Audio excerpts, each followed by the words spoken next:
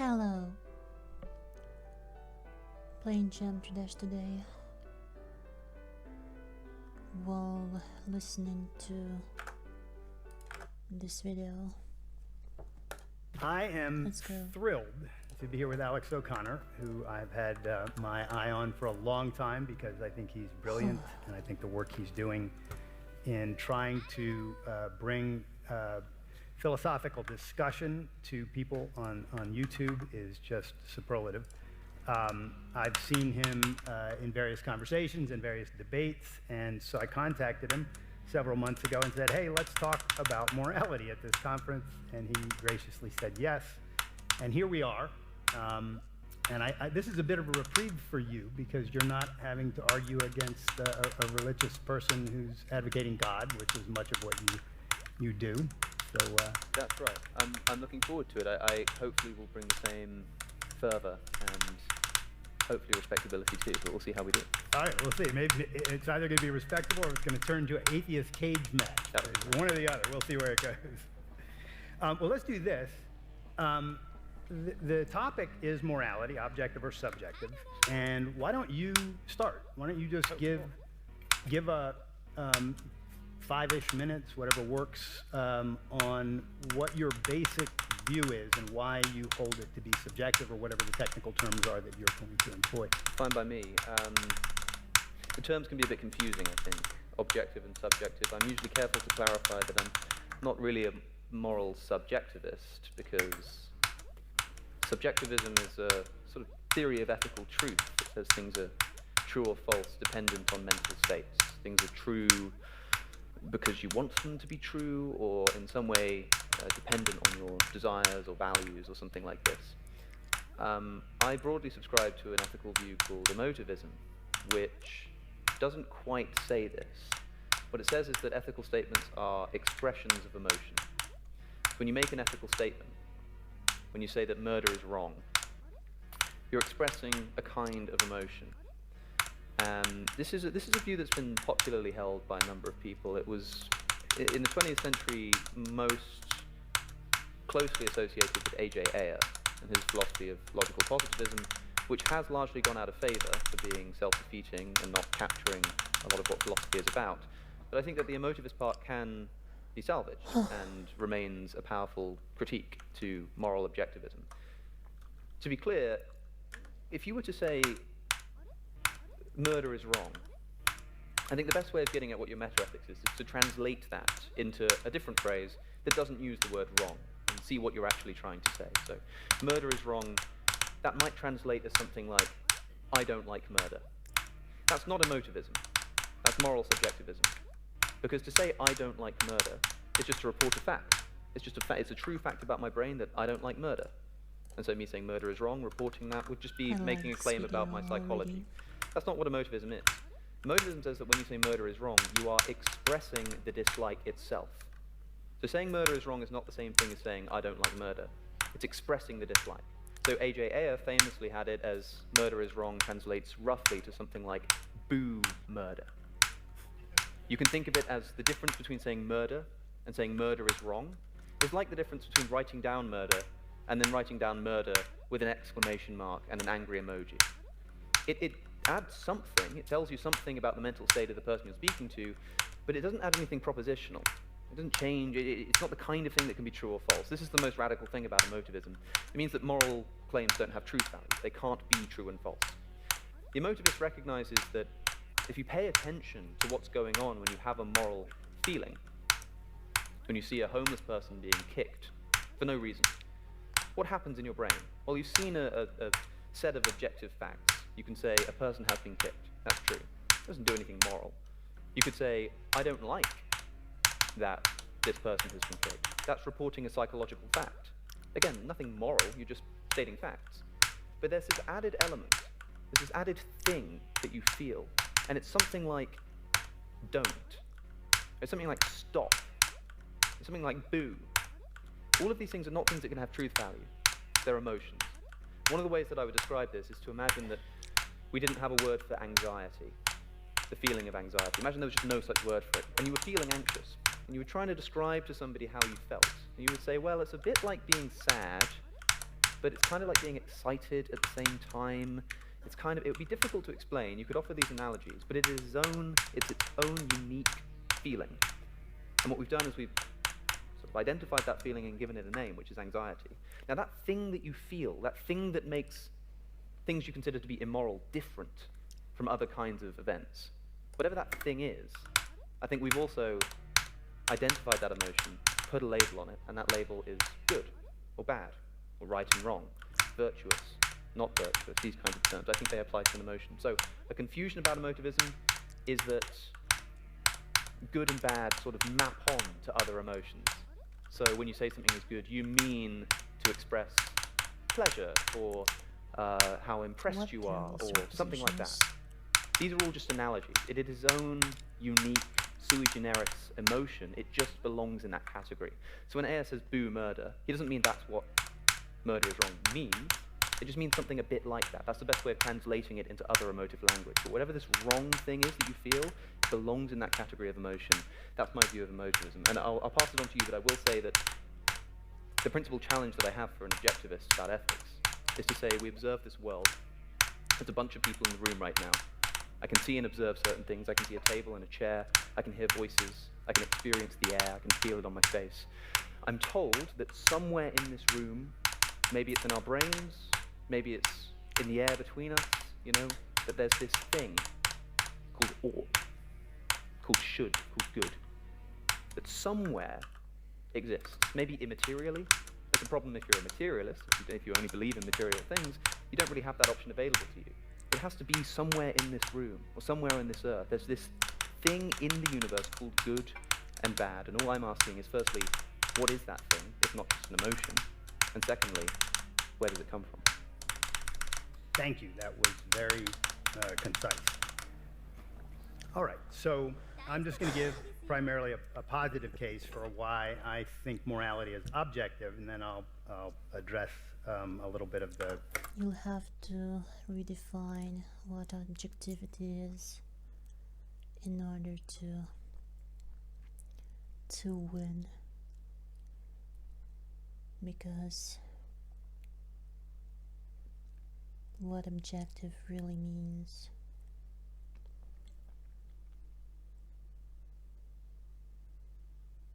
You won't be able to prove that morality or ethics are objective. You can only say that there is a preference, a subjective preference, for example, to not cause harm and be harmed, and that this subjective preference applies to all living beings. And then you can say that if something is true for all living beings, then it is subjective.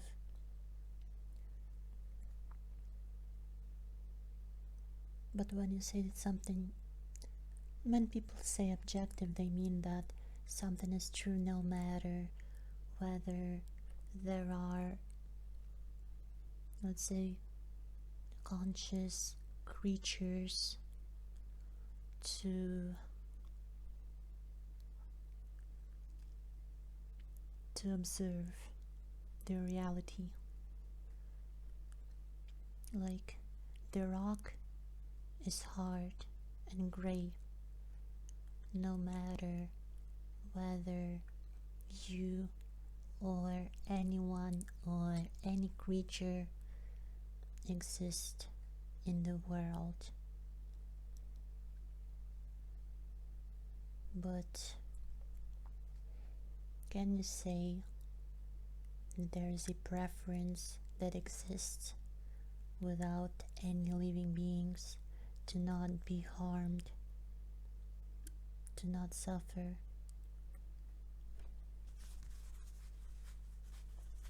I don't think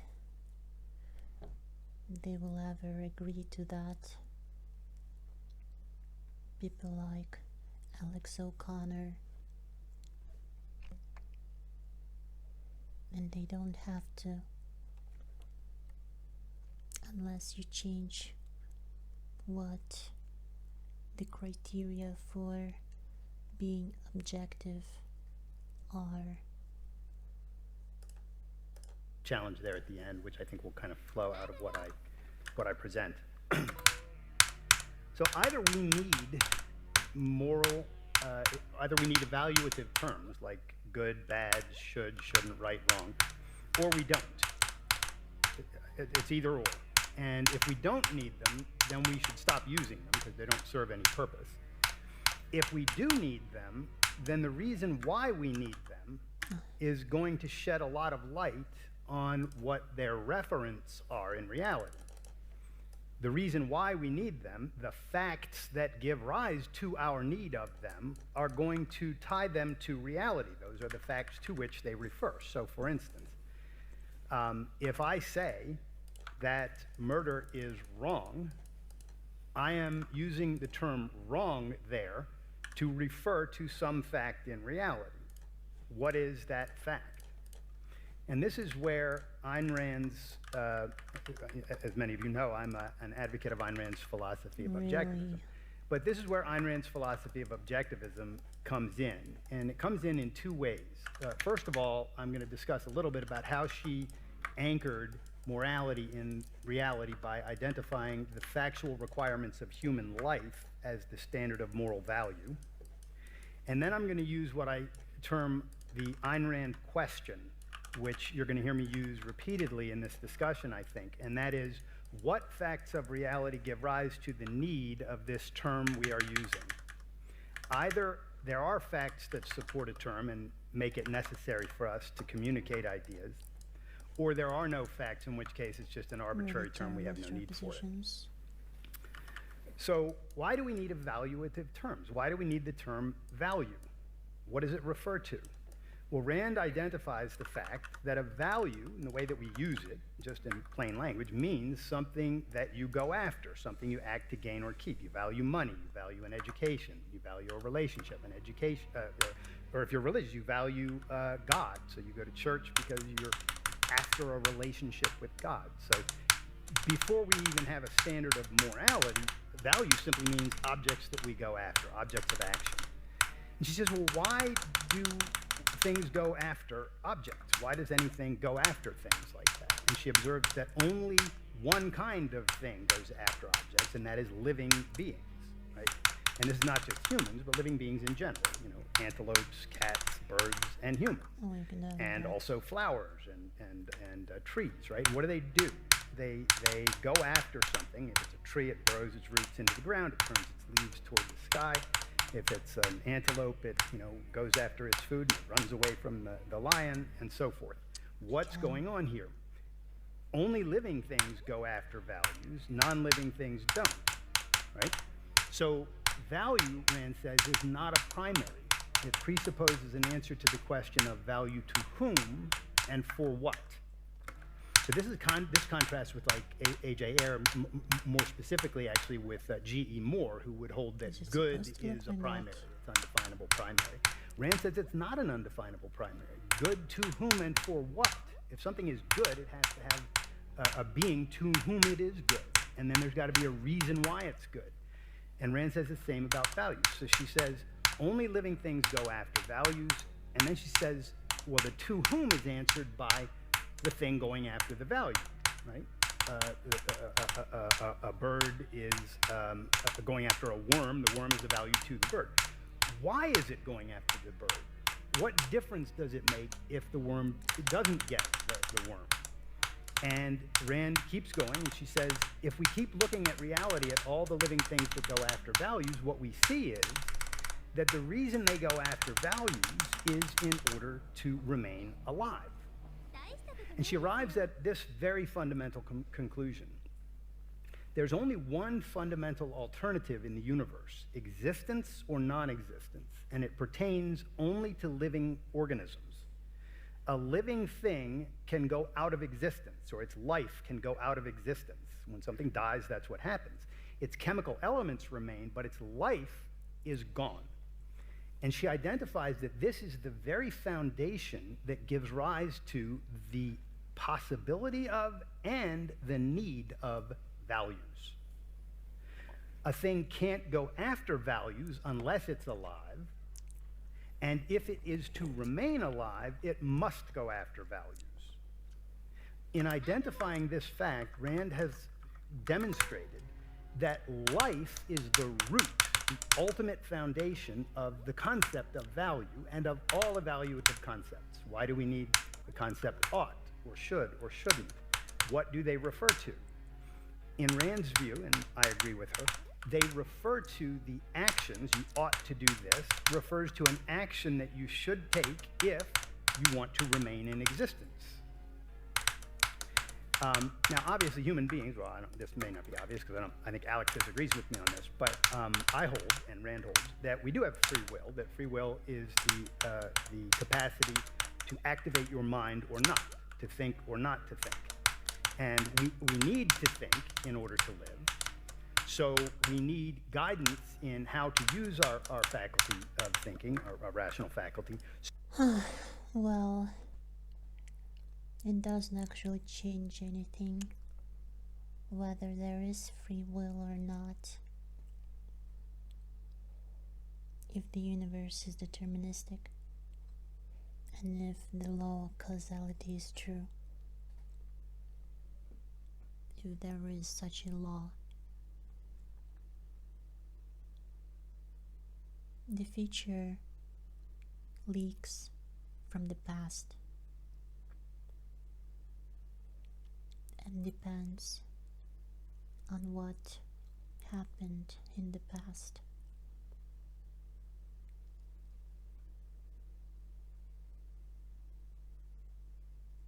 Your decisions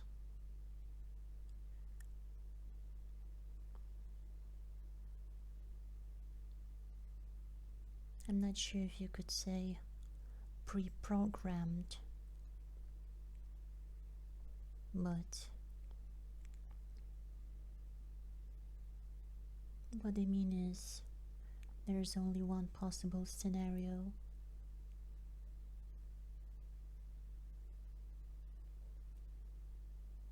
For this universe to be.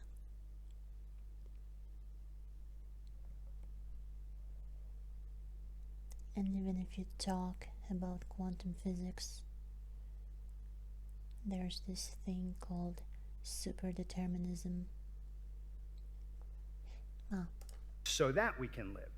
So once she has designed or derived this principle that the factual requirements of human life constitute the standard of moral value, life is the standard for any living thing, but for human beings, because we have free will, moral values are chosen values. If you choose to live, and this is the last thing I'll say on this point, and then I'll address some of your other concerns. If you choose to live, now we do have this choice. You can, as an adult at least, you can choose to go out of existence. Very You can choose, comfortable. I don't want to do this anymore. I'm gonna die, or take my own life. But if you choose to live, then after that choice is made, at least in terms of logical hierarchy, after that choice is made, you need the things that will enable you to live. We call those values, and then we call the actions that you take to get values virtues.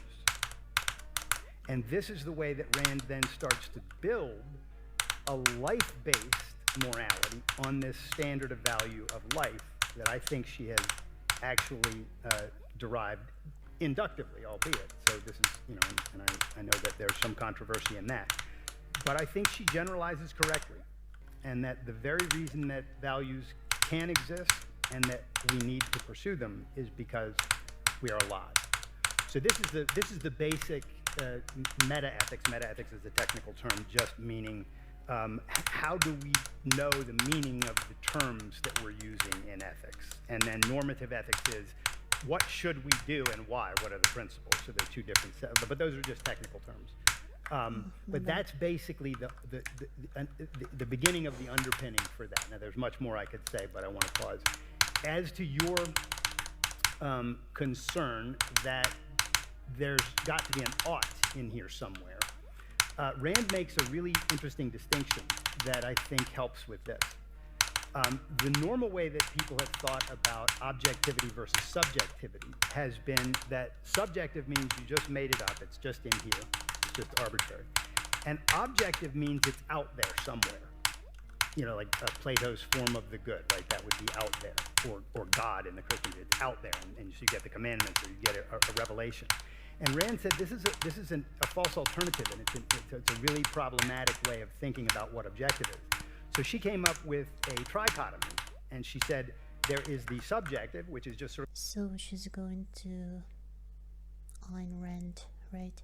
She's going to redefine what objective means. Well, that's good. That can help. Going by whims or whatever you feel like doing. There's the intrinsic, which is the term she uses for the idea that the good is out there, detached from human beings, detached from our cognitive needs and from our needs at all.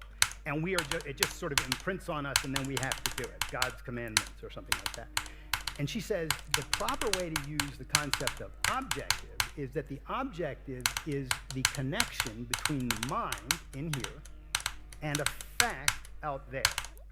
And in this case, what she's saying is, we are recognizing the fact that it is only life that makes the concept of values possible or necessary. And then she makes this final point.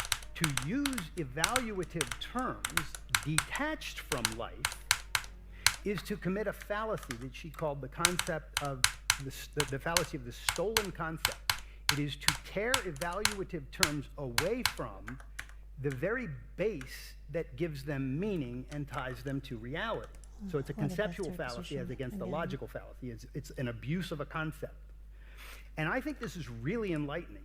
It is for me. It's like, yeah, if life really is the base and the root of all of this, and you tear the concept of value or should away from it, and then use that with utter disregard to its roots, you have stolen that concept away from there.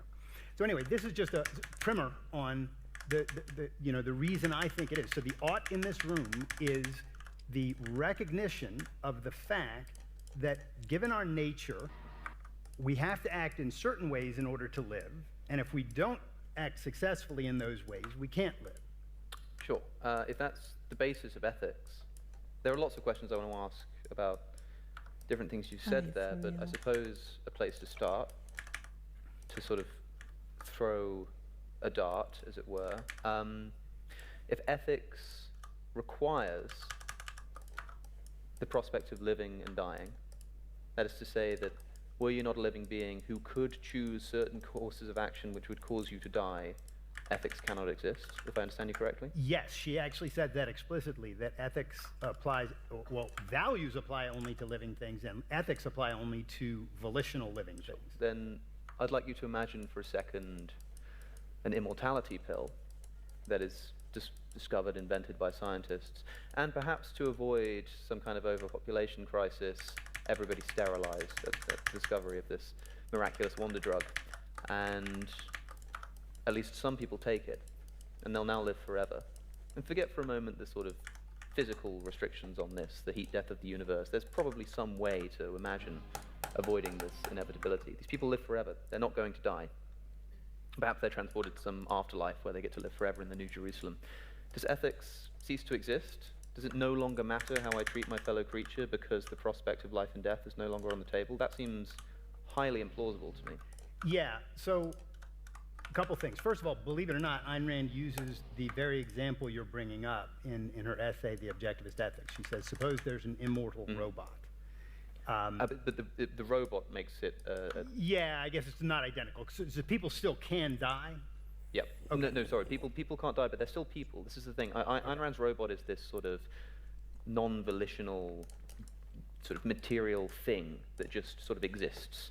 And that thing doesn't have ethics. And I think that everybody would agree quite intuitively that if something is dead, is table, it can't have ethics. It, of course, doesn't follow that if something is not dead, it can. What I'm looking for is, well, I suppose evidence of that is actually a separate thing. I'm just granting for a moment that that's the case, that ethics does rely on life and the prospect of courses of action that will lead to your death, and saying, take Ayn Rand's immortal robot, but turn it into an immortal person who still has free will, even though you're right, I don't believe in it, but again, I'll just grant it for the sake of this, can still suffer, still cares, still has emotions. You know, if we were suddenly immortal and I were causing somebody that you cared about to suffer in front of me, and you told me to stop, I'd say, well, your moral import is gone, because none of us can die anymore, so the suffering that they're experiencing can't be called immoral. Yeah. It might emotively matter to you, but then, of course, if you wanted to start using that as any kind of moral prescription, you'd be jumping over to my side of the fence. So, you know, where does this ethical force that I think most people in this room probably intuitively would still feel in that immortal situation come from? Yeah, good question. Anytime there is a constructed experiment like this that is outside the realm of possibility as we know it, right? So the Ring of Gyges, sometimes people bring it up. What if you had the Ring of Gyges? Wouldn't you go around and rape and kill people then? And I always say, well, look, what's the purpose of this mind experiment when we're trying to figure out ethics for where we are here in this world living the way that we are? So the first thing I would say to this request is that not a lot hangs on it, if anything hangs on it, because no matter how I answer it, we still are not immortal, and we have to figure out how to live as human beings. Ethics is a practical subject. It's something that we need because we have to make life and death decisions, and decisions that are going to help us or harm us in life, how to set up relationships, businesses, societies, you know, and all of that. So when we go to a wonderland of sorts and say, well, suppose that's not the case, but this other thing is the case, what would you do then? We're now really not dealing with ethics anymore. We're simply dealing with a different situation. Now, that said, I'll answer the question this way.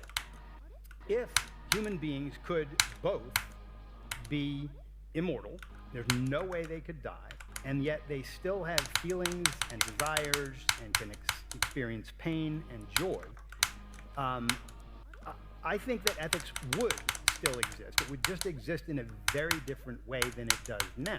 The right and wrong would not be about keeping you alive. It would be about making life simply the very best it could be, which, by the way, ethics is about now, too, because living, the point according to the objectivist ethics, the point of ethics is not just to keep you alive, it's to keep you alive and enable you to flourish, to live to the fullest extent that you can, given your potentials, to really enjoy this one and only life that you have.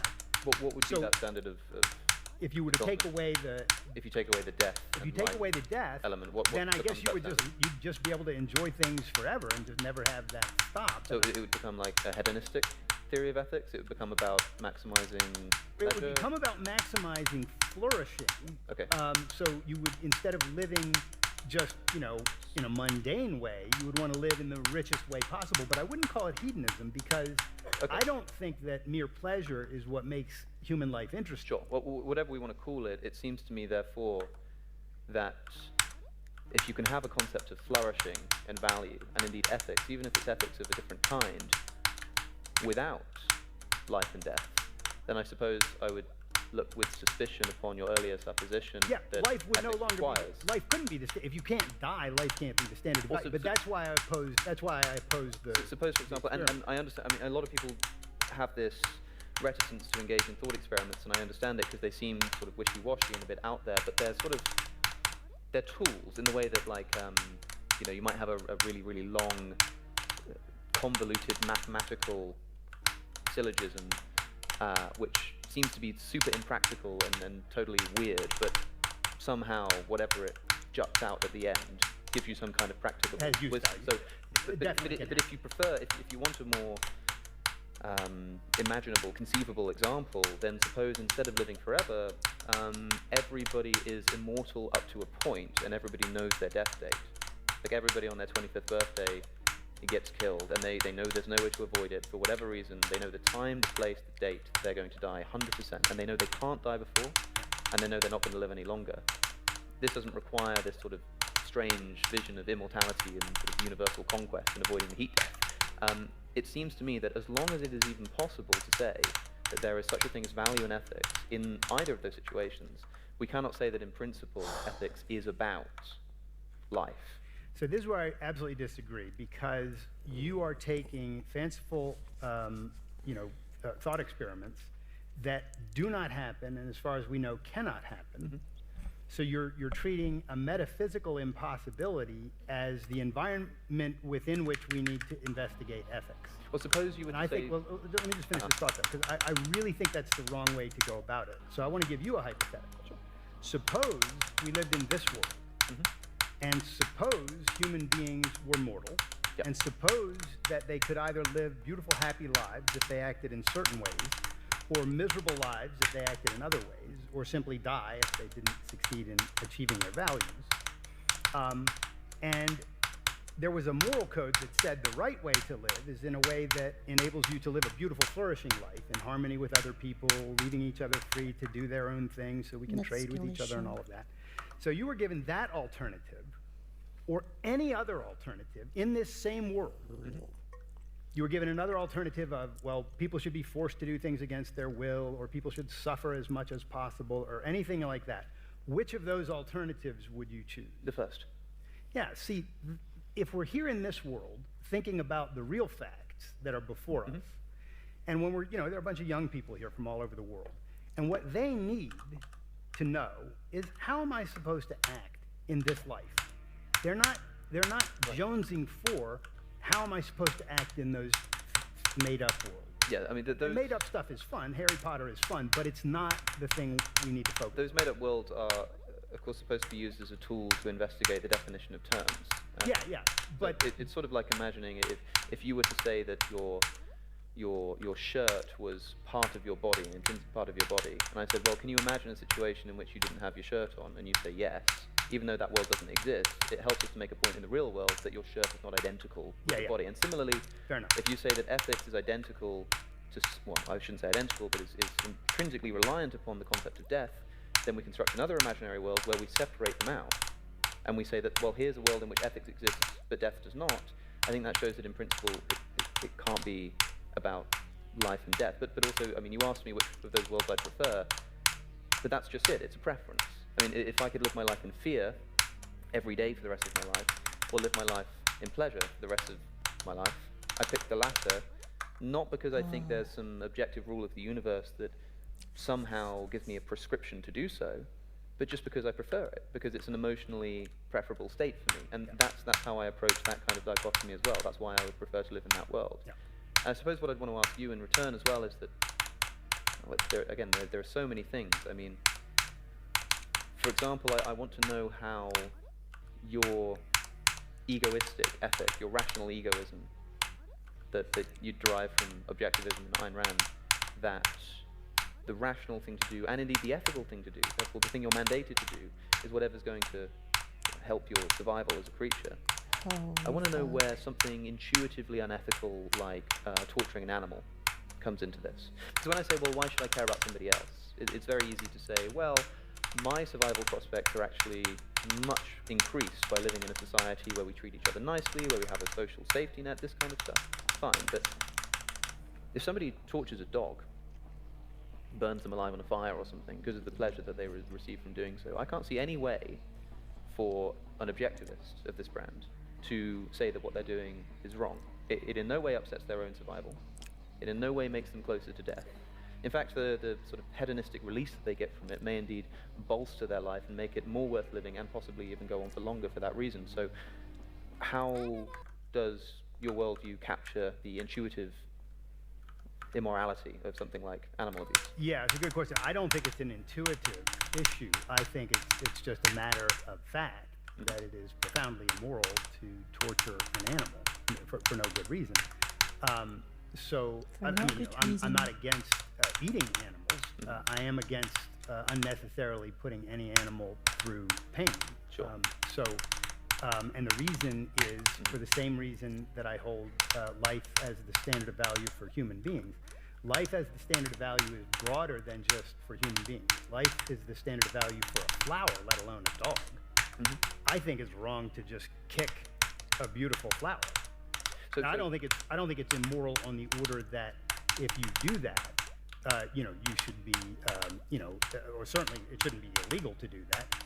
But I don't think it's even immoral on the grounds that if you see somebody do that, you would hold them in contempt for the rest of your life. If I saw somebody torturing a dog, I would hold the person in contempt for the rest of my life. But let's stick with the flower, because I want to take this to an extreme. Yep. A flower is a beautiful thing. It's alive. It would be absolutely nihilistic to kick a flower dead just for the hell of kicking a flower dead. It's like hatred of the good for being good. It's hatred of life for being alive. So Blaspheming the Holy Spirit. Yeah. What would it matter? The flower is not alive. Nah, biologically it is. But it is not conscious and does not have pain receptors. It does not matter to a flower whether it's kicked or not. So, why would you care? Yeah, and so there's a real richness and depth to this idea that life is the standard of value, because it is broader than just human life as the standard of moral value. It means that that life is profoundly unique and important, because it is the thing to which values pertain. It's the only thing to which values pertain. And that sounds very attractive, but for your ideas here, or your worldview to be objective, you'd need to say it to the nihilist who says, I just don't care. I just want to pick that flower. I honestly, I just don't recognize what you're talking about. You have to tell them that they are wrong, and presumably in a way that you could describe to them. So a moment ago when we were talking about life and death being intrinsic to ethics, there's an important distinction to make. It can be the life and death of the person doing the action, or the life and the death of the thing that's being acted upon.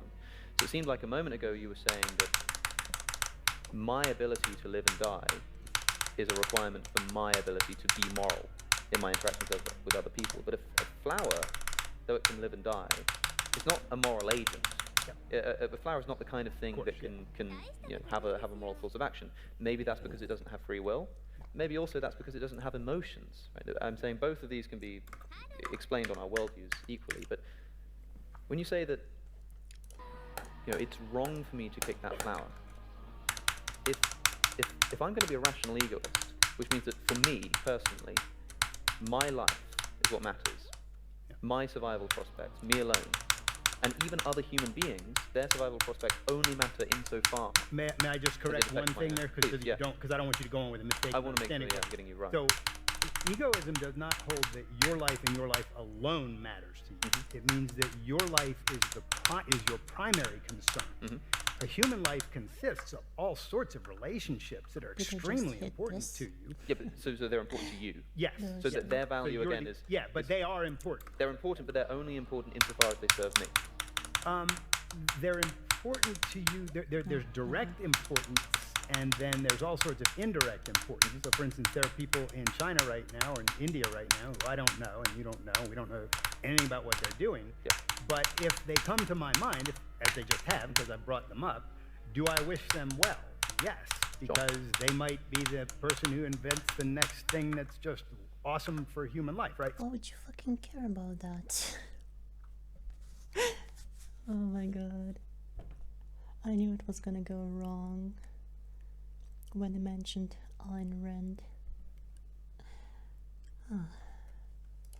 So, well, I wish them well, even if they were not. Okay, Here. Either way, but the point is that the potential in human beings is a valuable thing in and of itself. I'm less attracted to that than I am about the whole kicking flowers thing, because I like to think that somebody who I've never met in China is doing well, regardless of their contributions. Indeed, even if they take more than they give throughout their life, maybe through no fault of their own, maybe they're disabled and so they rely on state benefits and don't have a very high-paying job, and so spend a lot of taxpayers' money for themselves and don't give very much in return. I'd still wish them well. Oh, I certainly would too. And not just as a product of, well, if I do that on the whole, if I practically adopt this life philosophy, it will be better for me. Although maybe I am, I would say that I'm essentially doing that in an emotional level, because when I think of that person, it makes me upset, and that's why I care about them. So it's not a criticism, by the way, for me to say that this is, all about me, because the emotivist has to say that too, that the problem is that if even other human beings only matter insofar as they benefit me, then I can kind of see how that might be the case. I mean, you say you care about that man in China because he might invent the next big medicine, but a dog is not going to do that. Yeah, but a flower is certainly not going to do that. You're still, I think, and I've been unclear, so my apologies. I'm not saying that human beings matter only insofar as they matter to you. For the same reason that a flower matters enough that to kick it over needless. I mean, it's one thing to clip a flower to put it in a vase for your dinner, you know, to have a bouquet on the table. But if you're just kicking it over nihilistically, you could say, well, the flower doesn't matter to me, so I kicked it over. But the problem with that is you're treating a living thing with contempt. But what's the problem with doing that? The problem with doing that is that life is the very thing that gives rise to the business of valuing and of conceptual terms that we use for beauty. I mean, beauty, anything like that. I'm not saying it matters to you in the same way or to the same degree as other things. I'm saying it's nihilistic. It's treating life as if it's of no value. And if I were to say, well, I don't care about other people because I don't know them at all. Now, there's no reason for me to have them in my mind. I can't keep 8 billion people in my mind and live my life. But if you bring it up, if you say, do you care about somebody on the other side of the world living a beautiful life as against a not beautiful life, my thing is, I want everybody to live a beautiful life. And it's not only because they will have some connection to me, although that potential is extremely important. It's because I have a reverence for life because life is the standard of value. Yeah, it seems to me, if I may, that this is arguing in a circle, though, unfortunately. That's also my reaction. Unfortunately, because I'm asking you to justify your view that life has value, that life is the value-giving thing in the universe, if there can be such thing as a value, life is where it comes from. And I say, well, if that's the case, then what if the person who kicks the flower and doesn't care? And you say, well, the problem with that person is that they're not treating life as if it has intrinsic value. But that's the very thing that I'm trying to get you to establish. Got it. And so it can't be a response to my objection. I need to introduce you to the person who does not think that life is intrinsically valuable. I mean, I don't think life is intrinsically So I don't think it's intrinsically valuable either. So there's something I need to clarify there. And so kicking that flower, if you say that, well, the problem with that is that it treats living things with contempt, and I say, well, so what? I mean, the idea that you shouldn't treat living things with contempt is the very thing that I'm trying to get you to establish, if you see what I'm saying. So life, to any human being, only human beings choose the option of staying alive or not. So this can't apply to animals that don't have that kind of choice, and it certainly cannot apply to plants. So when we as human beings are thinking about the value of animals or plants to us, it's a it's substantially removed from the normal way that we're talking about values. I went to the flower because you brought up somebody kicking a dog, and I wanted to make the further extreme point that I think contempt for life is general. But life itself, so my life does not have intrinsic value. Why does my life have value? It is the way that I hold this, and this is essentially Ayn Rand's view as well. We either choose to remain in existence or not. That's a choice that, as adults, we all have. I think the youngest recorded suicide in history is something like a 6-year-old, but that's very rare, and normally it doesn't start until, the possibility doesn't even come into existence until 10 or 12, and then that's pretty damn rare too. So when you're a child, you don't even... How do they know that was not an accident? That suicidal 6-year-old. even have this idea that there's an option of exiting. But when we get to the point that we do understand that that is an option, you then, at least implicitly, are regularly making the choice to remain in existence, to remain alive. You could leave. You always have that option.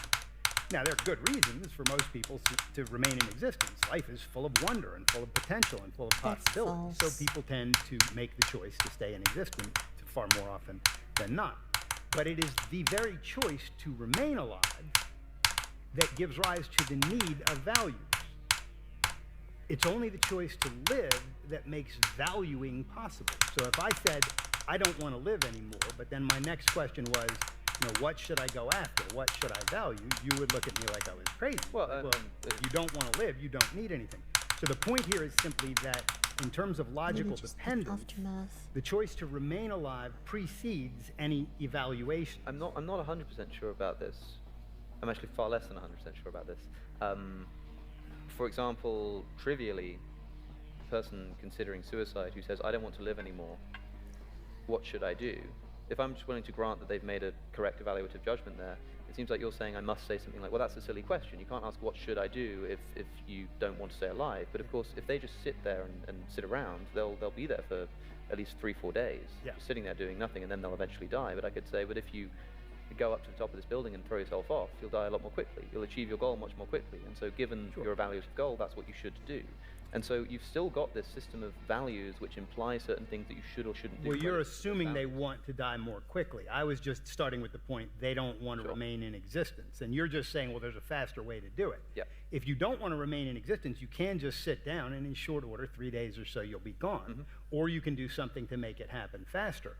So I don't think there's no substantive disagreement there. My point is that unless you want to live, there's no cause for action. Yeah, so again, there are a few things to say here. One thing is to say that this choice of living and dying seems to me one that you can't impart objectivity into.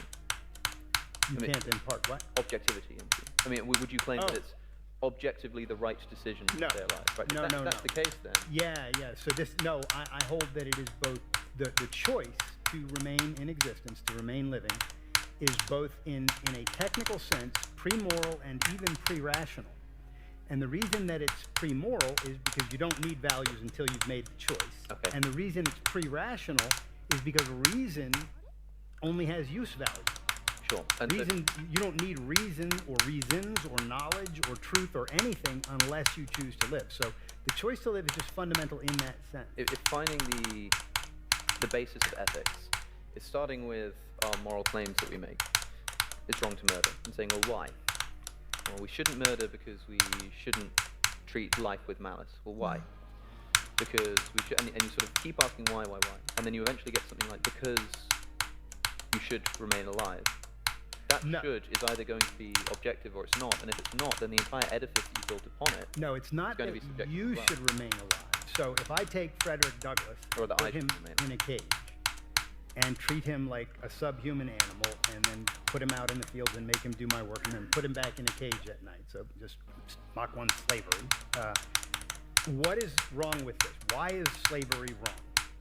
Well, because he is a human being, and a human life consists precisely in acting on his judgment and pursuing his values.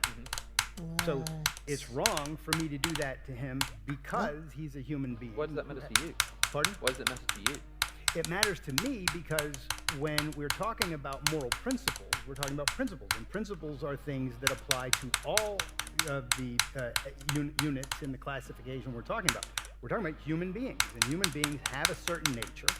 I, of course, want to live my life and have a beautiful life, but I don't own her life or his life or your life.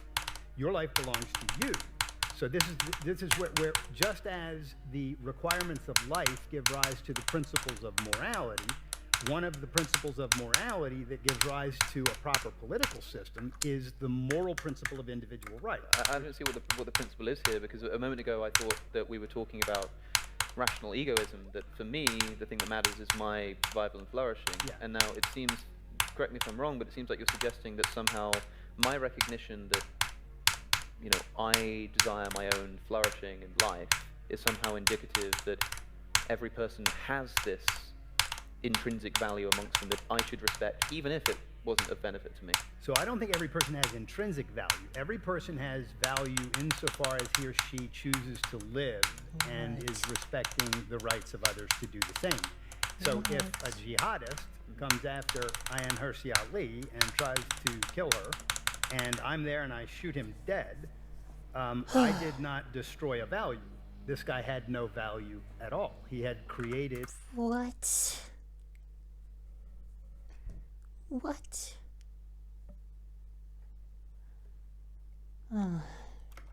He had turned himself into a subhuman sub-animal creature who had no value at all. But So suppose he. there's no. My point here is simply that human life is not intrinsically This is valuable. It's bad. valuable if you choose to live, and if you stick with the program of living as a human being.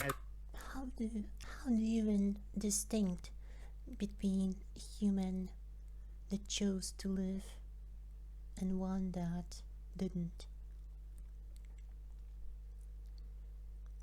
How can you tell that jihadist, I don't know. No, right. That is suicidal person, for example.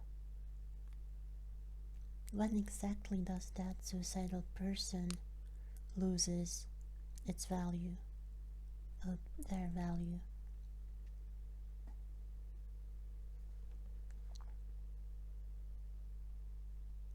When they decide on killing themselves finally.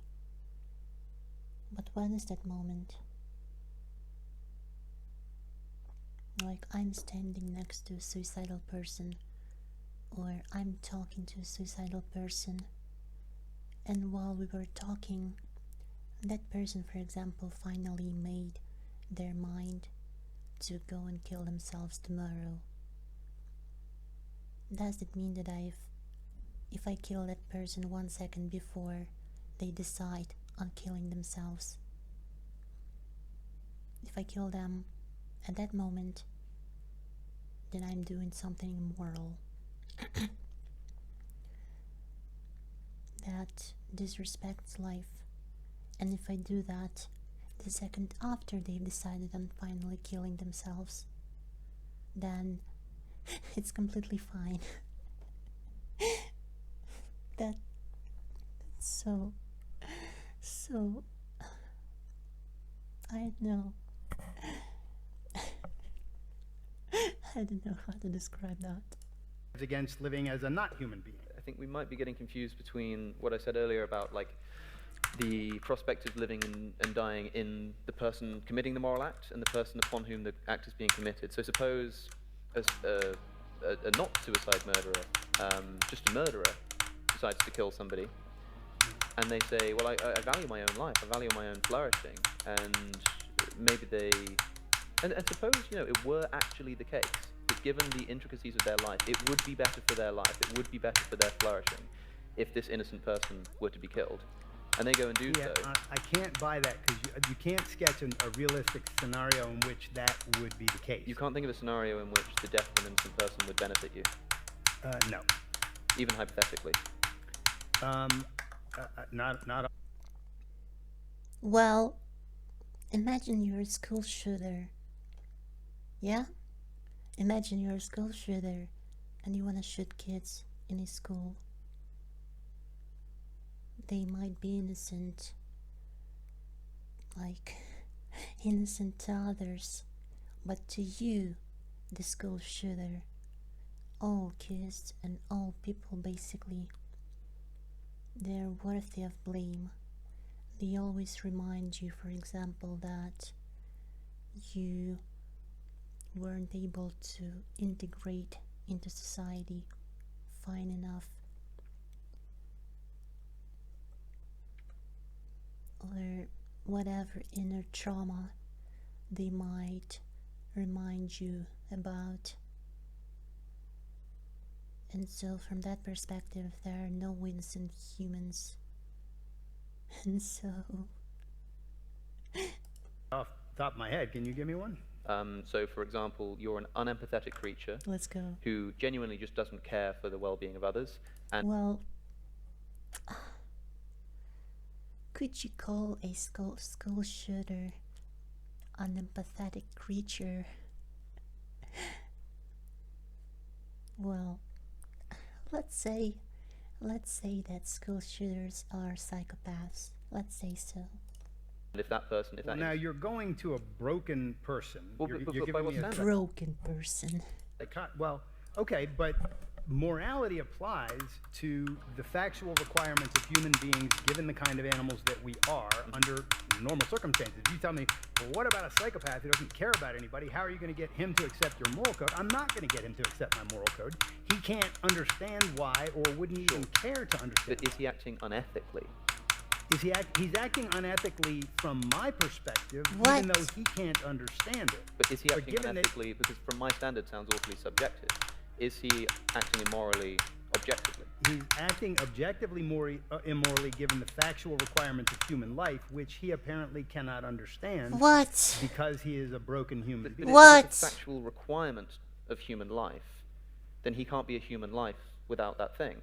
It can't be a factual requirement of human What? life, because here's a human life that doesn't have that. So yeah, when we're talking about a class of anything, Oh, shit. we're talking about the general characteristics of that class. Now, there are always outliers, and in the case of human beings, there are outliers, borderline cases, where take Terry Schiavo, who in Florida, 15, 20 years ago, was essentially brain dead, and she was in the hospital. You know the case. Yeah, yeah. And so the question was, some of her family wanted to pull the plug and let her die, and others were saying, no, we want to keep her alive because God or something. And she was clearly, her brain was just sauce. She was not a living being. So did Terry Schiavo have So rights? she was Did not she have a a right living to live being. at that point?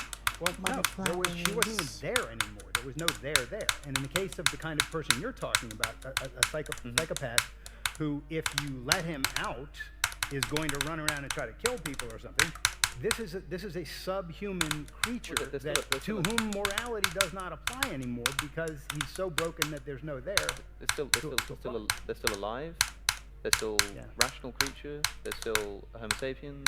He's not a rational creature. It's rational in, let's say, every other respect, because again, I'm supposing we're going to sort of bracket this moral thing because that's the thing we're investigating. I'm saying in every other respect, this person can do maths.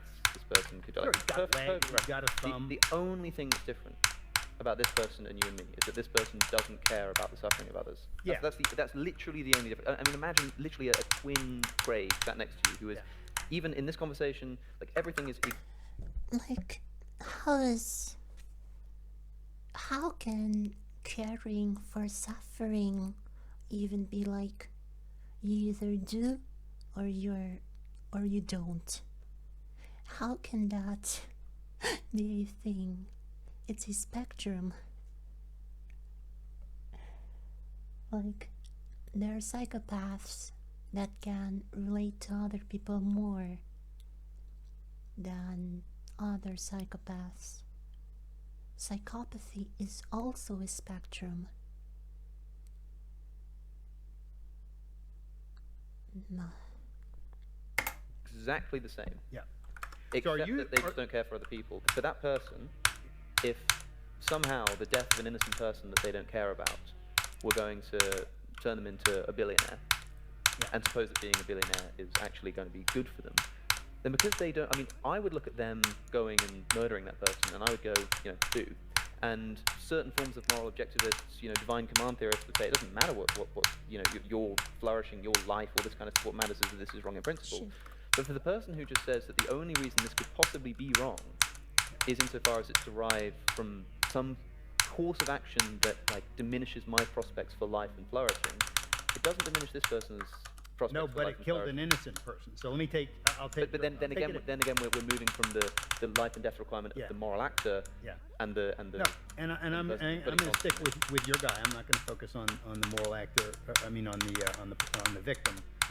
Beyond the point of just pointing out that the victim had a right to life because he was a human being who was respecting rights, presumably. Now, if the psychopath kills Hitler, I don't care. But if it's the rights-respecting human being who has rights. Oh my God. Let me finish the question. If the psychopath goes and kills the guy, and your position is, well, if he's an egoist and he thought that was good for him, what's the problem? Egoism is not that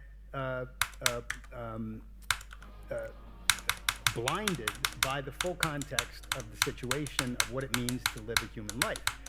An egoist doesn't say, anything that works for me, I'm going to do, come hell or high water, even if it includes violating other people's rights. And if somebody doesn't understand that and can't be convinced of it, and is going to go commit violence, and we know that, or if he actually does commit violence, it doesn't matter what he thinks. It doesn't matter what he values. It doesn't matter what he's willing to do. We have a right, based on the fact that our life is our proper ultimate end, and that we understand that life is the standard of value and that human beings have rights, we have a right to say, you are too broken to be free. You have to be in a home, and it's very unfortunate, but that's the way it is.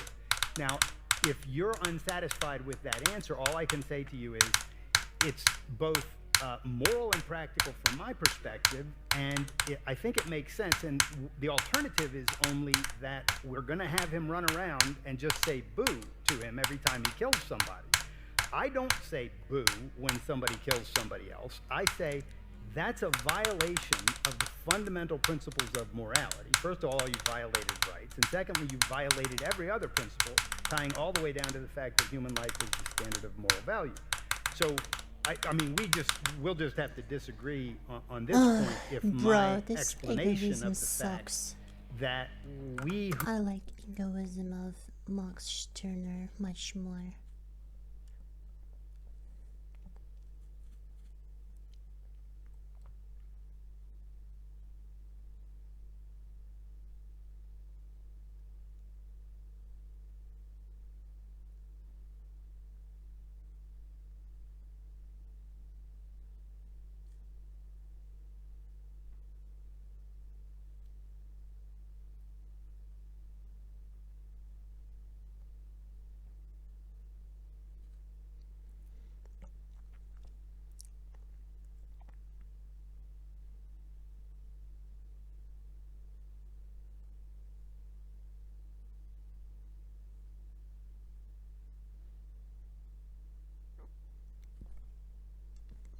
Who do recognize human life and individuals as having a right to their life as the standards here, have the right to put that guy in a cage and say, you can't be free. But that standard relies on the very thing that you're trying to justify, which is the existence of objectively moral properties of the universe, such as rights. Oh, no, no, no. The introduction of rights, for example. Rights are not intrinsic. You're falling, so you're assuming that rights are out there. No. They're not. Because you were saying a moment ago that, you know, the sort of grounding of ethics is rational egoism.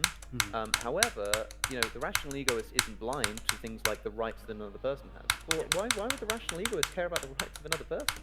What are these rights? If ethics is just about me and my sort of rational prolonging of my prospects of survival, the rational part of the rational egoist means that he's going to use his mind. He's going to take into account all of the relevant facts surrounding his life. And one of those relevant facts is that other people can be, and often are, and in many ways specifically to his life are, enormously valuable. He has to buy groceries. Somebody's got to make those groceries. He's got friends. He's got people he goes dancing with. He has, you know, drinking buddies. He's got the whole 9 yards. And so he realizes that other people, A, can be of value to him. He also realizes that they have minds and bodies and therefore have rights to live their own lives. And he respects rights because, being a rational person, he thinks in terms of principles, not in terms of what can I get away with. So I think the rational part of rational egoism has to be emphasized here. None of that applies to this psychopath, right? And so when you no, put this, because he's a psychopath. That's why we have that. But when you put this psychopath, and a psychopath is just a descriptive statement to describe a person with a certain kind of brain. That's all it is. And if you put this person in jail, I would say that of course it's rational to do that because I care about my well-being.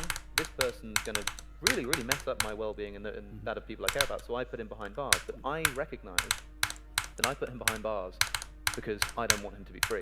Not because he is not abiding by an objective standard that would exist regardless of what my preferences are. Oh, I'm not putting him behind because he's not abiding by objective standard either, because he can't. He's a psychopath. But if your definition here is that he's incapable of thinking in those terms, I'm not like, well, hey, you're doing the wrong thing. He can't be wrong. He's so broken that he's just dangerous without even being... And broken is not the same as being wrong. Apparently you're trying to say. Wrong. So he's not doing something wrong then? No, he's outside of morality. He's not even a moral creature. He's so broken that he has no capacity to be moral or immoral or anything else. But he can still make decisions about whether he lives or dies. Because here's the next problem. Yeah. A moment ago we were told that what ethics is essentially the product of people making decisions about what's going to make them live or die. And as long as you're able to do that, that makes you an ethical creature. But now here's a further counterexample of the psychopath who can still make decisions that will either lead to prolonging his life or to his death. But now you're saying that this is not a moral creature. So, yeah, so once again, another example of why I don't think that Well, morality because is intrinsically tied to life and death in the way that you were saying earlier. when we use concepts, so if I use the concept of man, that concept refers to not only a rational animal, which would be the definition of man. It refers to all of the characteristics of man, qua his normal circumstances as a being we call man. If I use the concept of dog, you would bring to mind an animal with four legs and a tail and this, that, and the other. And if I said, well, what about this dog over here? It only has 3 legs. How can you call him a dog? You would say, well, that's a special circumstance. He's a broken dog, and he's a dog in certain respects, but he's not a complete dog.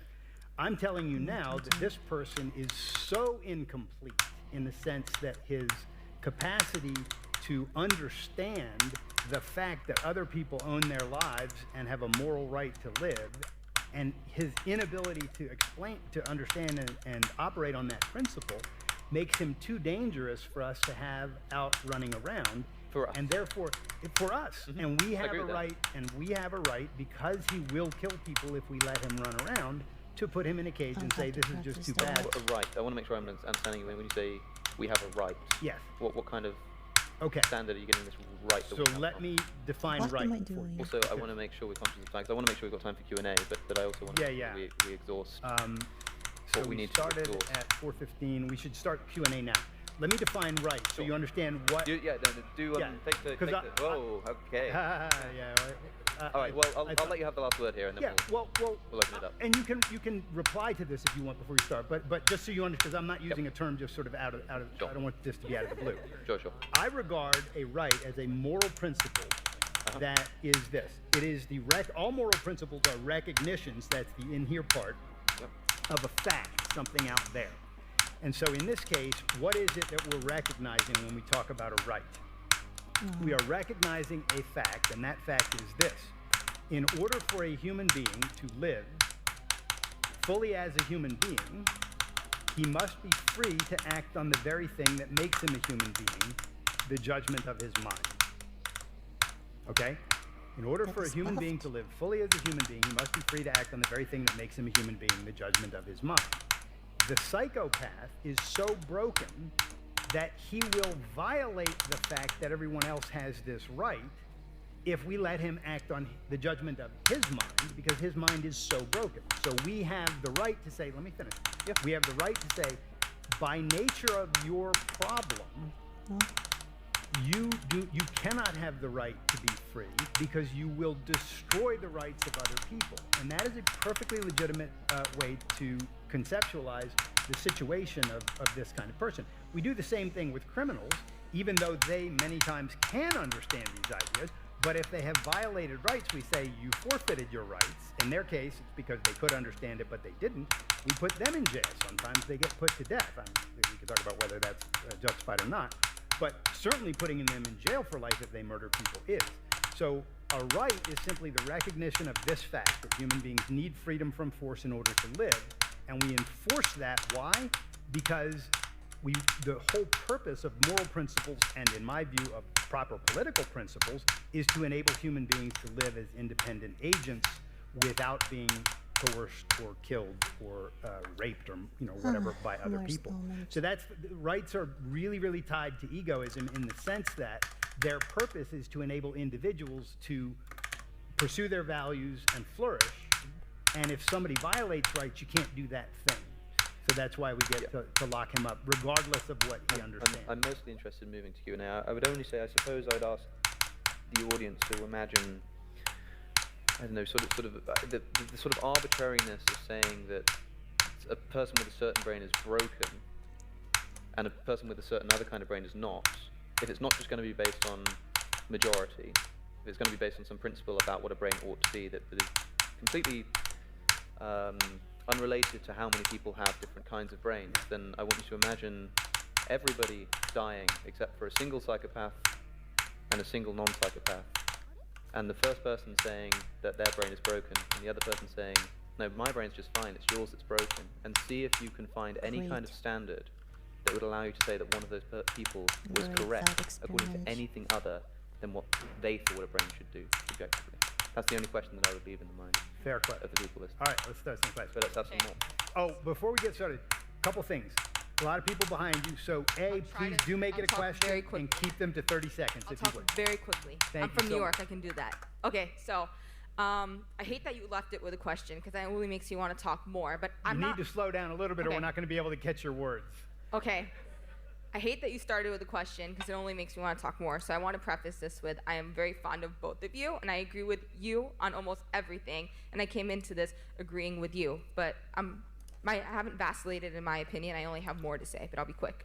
I don't think I'm looking at two people that fundamentally disagree with each other. I think that there is an arbitrary nature in the ought, right? Like there is in the ought part. And I think that that is dependent on the individual, right? But do you think that we can ground, do you think emotivism is a part of objectivism, or that emotivism can lead to objectivism when you take the majority of, what most people feel, whatever emotions they derive from an action, and then it's basically like a democracy. Whatever most people want, whatever most people say yum to or yay to, would be what's objectively good. And I don't think it's just a coincidence that most of us say yum to not murdering each other. Question, please, So sorry, do you think that emotivism can lead to objectivism, or that emotivism can be a derivative of objectivism, that they can coexist within a moral or philosophical framework? Do you want to answer that? Whoever wants to answer. Please. I'm happy to. No, I don't think so. Now, objectivism is 100% pro-emotion. So let me just put that on the table, and I said this in my talk yesterday. We're all about emotions. We just recognize that emotions are your psychological means of experiencing your values, and that's their role in human life. They're not our means of knowledge, and they're certainly not our means of telling us what is good and bad, right and wrong. Our means of understanding what's good and bad, right and wrong is our rational faculty, through which we say, why do we even need such terms? And then if we continue asking that question, we get down to the fact that life is the standard of value. So emotivism is the idea that the only thing that we have to say about things that we regard as immoral or as moral is boo or rah. And I certainly do not hold that that is the case, and objectivism does not hold that at all. I agree that it's not objective. We didn't really talk about emotivism much, which I'm kind of glad of.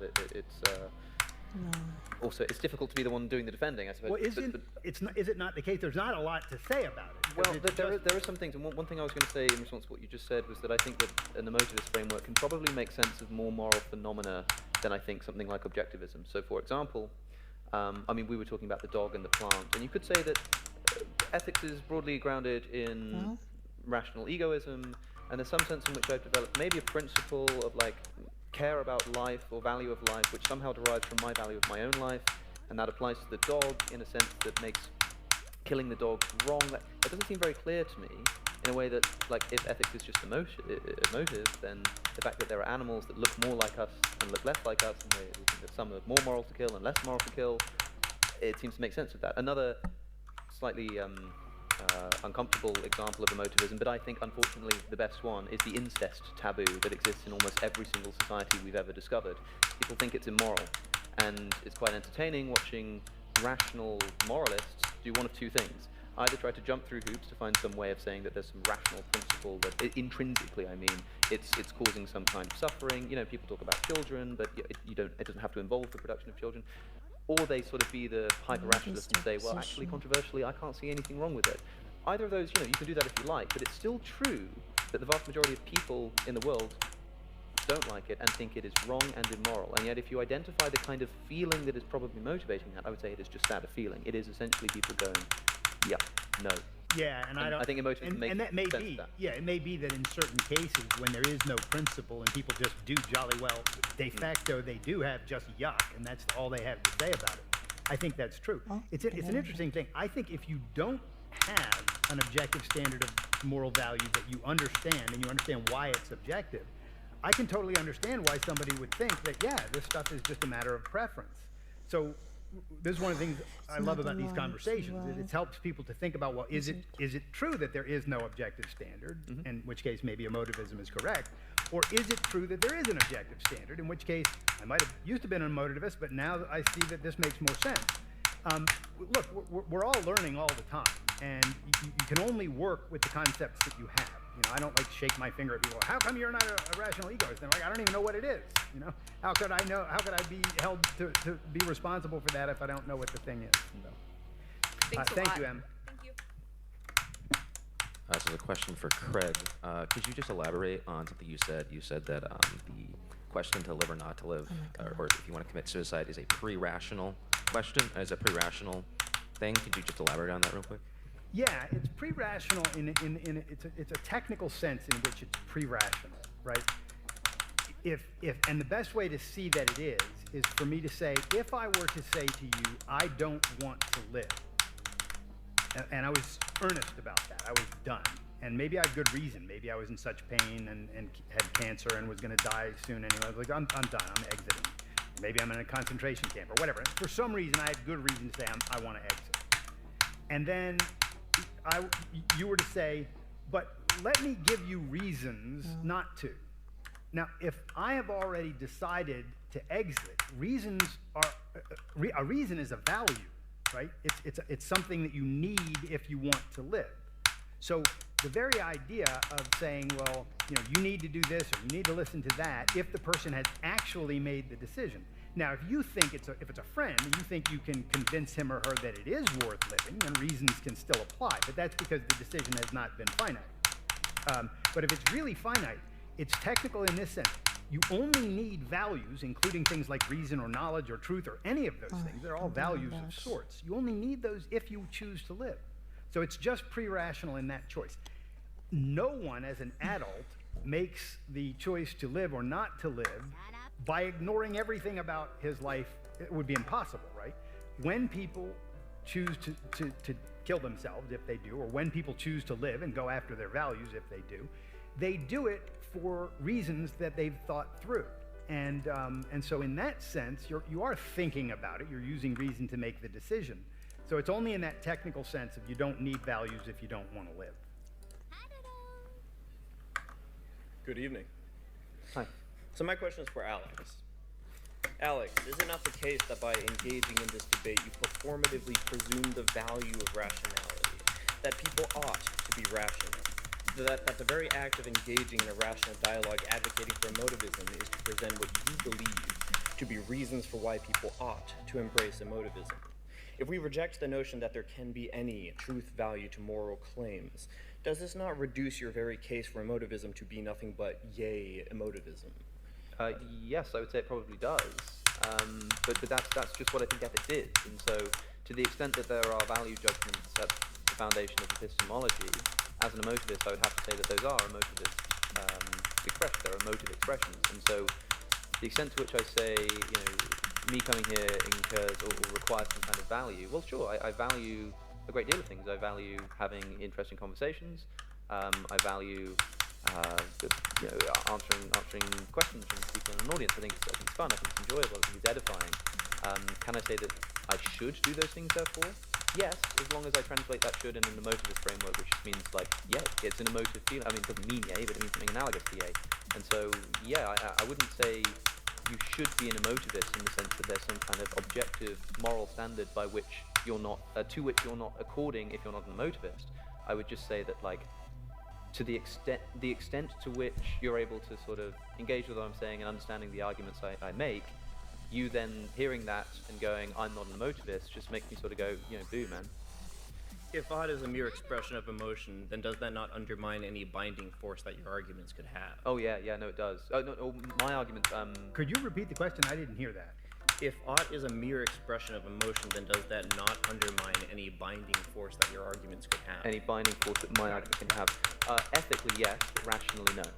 So that presumes the value of rationality. There are two ways that something combined. Rationality combined, I think, amorally, and that's a controversial position. I don't mean controversial as in it's unpopular. I mean that people debate it.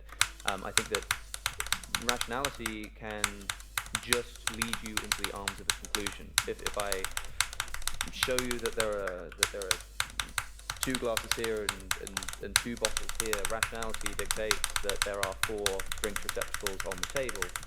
Is that a moral statement? I just don't think so. I really don't. And so the point that I make, I mean, if I make a point like that, if I say, look, there are 2 here and there are 2 here, if somebody uses the language, therefore you should believe there are 4, I think they're slightly misusing the word should. Maybe, you know, they might mean something like rationality or rational faculties are going wrong, again, not in a moral sense, but in the way that, like, a chair that doesn't hold things up is a bad chair. Use the word bad, but you wouldn't say it's an immoral chair. You know what I mean?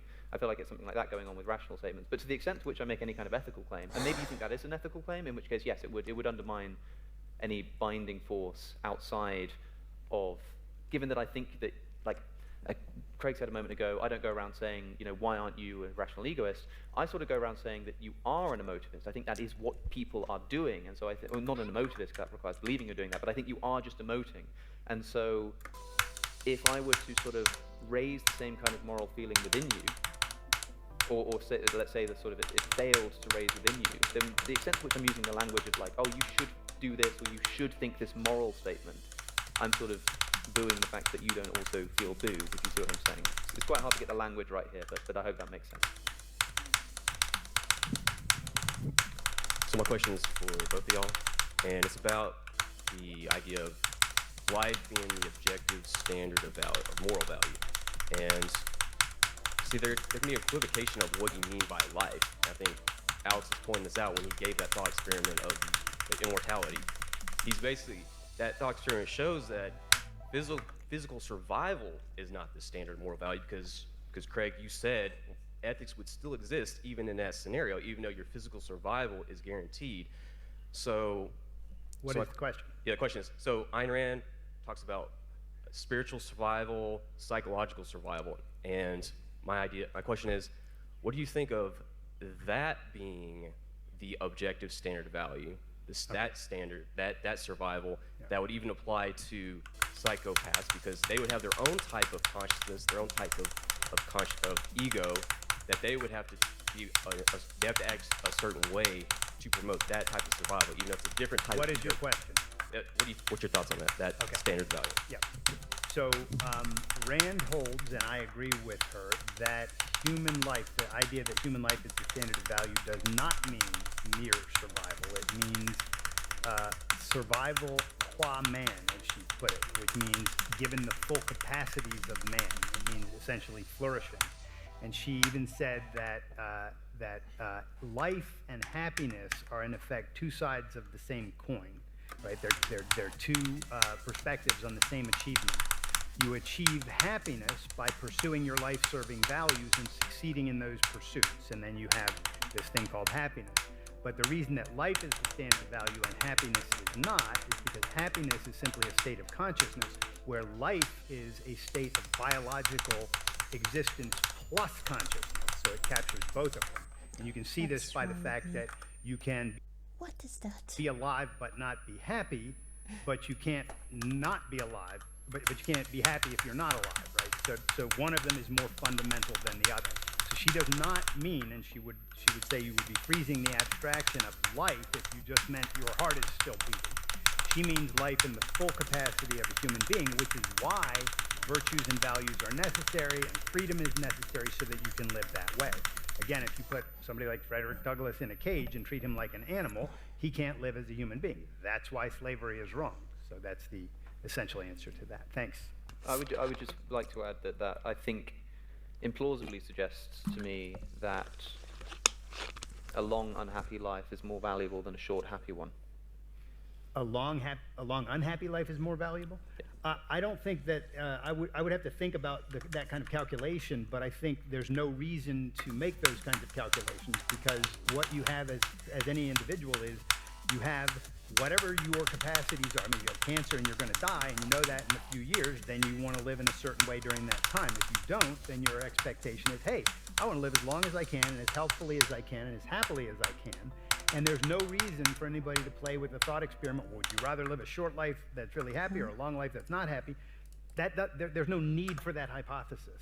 You might not need to make that choice, but it would still be true of 2 lives that in fact exist, one of which is very, very happy and 25 years long, and one which is quite unhappy, maybe still majority happy, but still quite unhappy and lives to, say, 35 years old. Perhaps, but the would be comparison better. is unnecessary, because if you just talk about two people, you'd say, well, this guy died a few years ago and only lived for 30 years and he was really happy, and this guy lived to 80 and he was medium happy. Which one of these guys had a better life? I don't know. You'd have to ask them and bring that guy back and make the comparison. As if Nothing we hangs know. on this question. Well, if we It doesn't make any difference, because individuals have only the control of their own lives, and they can take the actions to make their lives the best they can be, which in my view is what we all should do. And if they don't do that, it's a tragedy.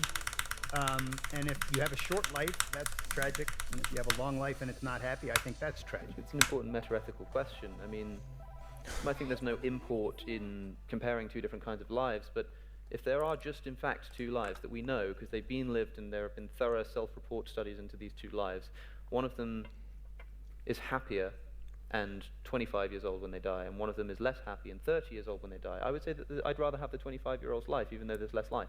That's fine, and that could be your preference. I have no position on it, because my position is always that each individual should simply do the best he can to live a beautiful life for himself. And so I get no value out of that comparison. I just wouldn't take a position on it. Thanks, thank you. My question. We're out. Questions for Alex. I think we have a dead mic. My question for Alex, and I promise I actually came up with it a couple weeks ago. I wasn't expecting Craig and three others to spend an hour on stage yesterday talking about it, and it sounded like it's what you're about to get into before we jump to Q&A. My question is, can you justify the existence of universal human rights from a materialist and emotivist point of view? No, I don't think so. That's why I don't believe in them.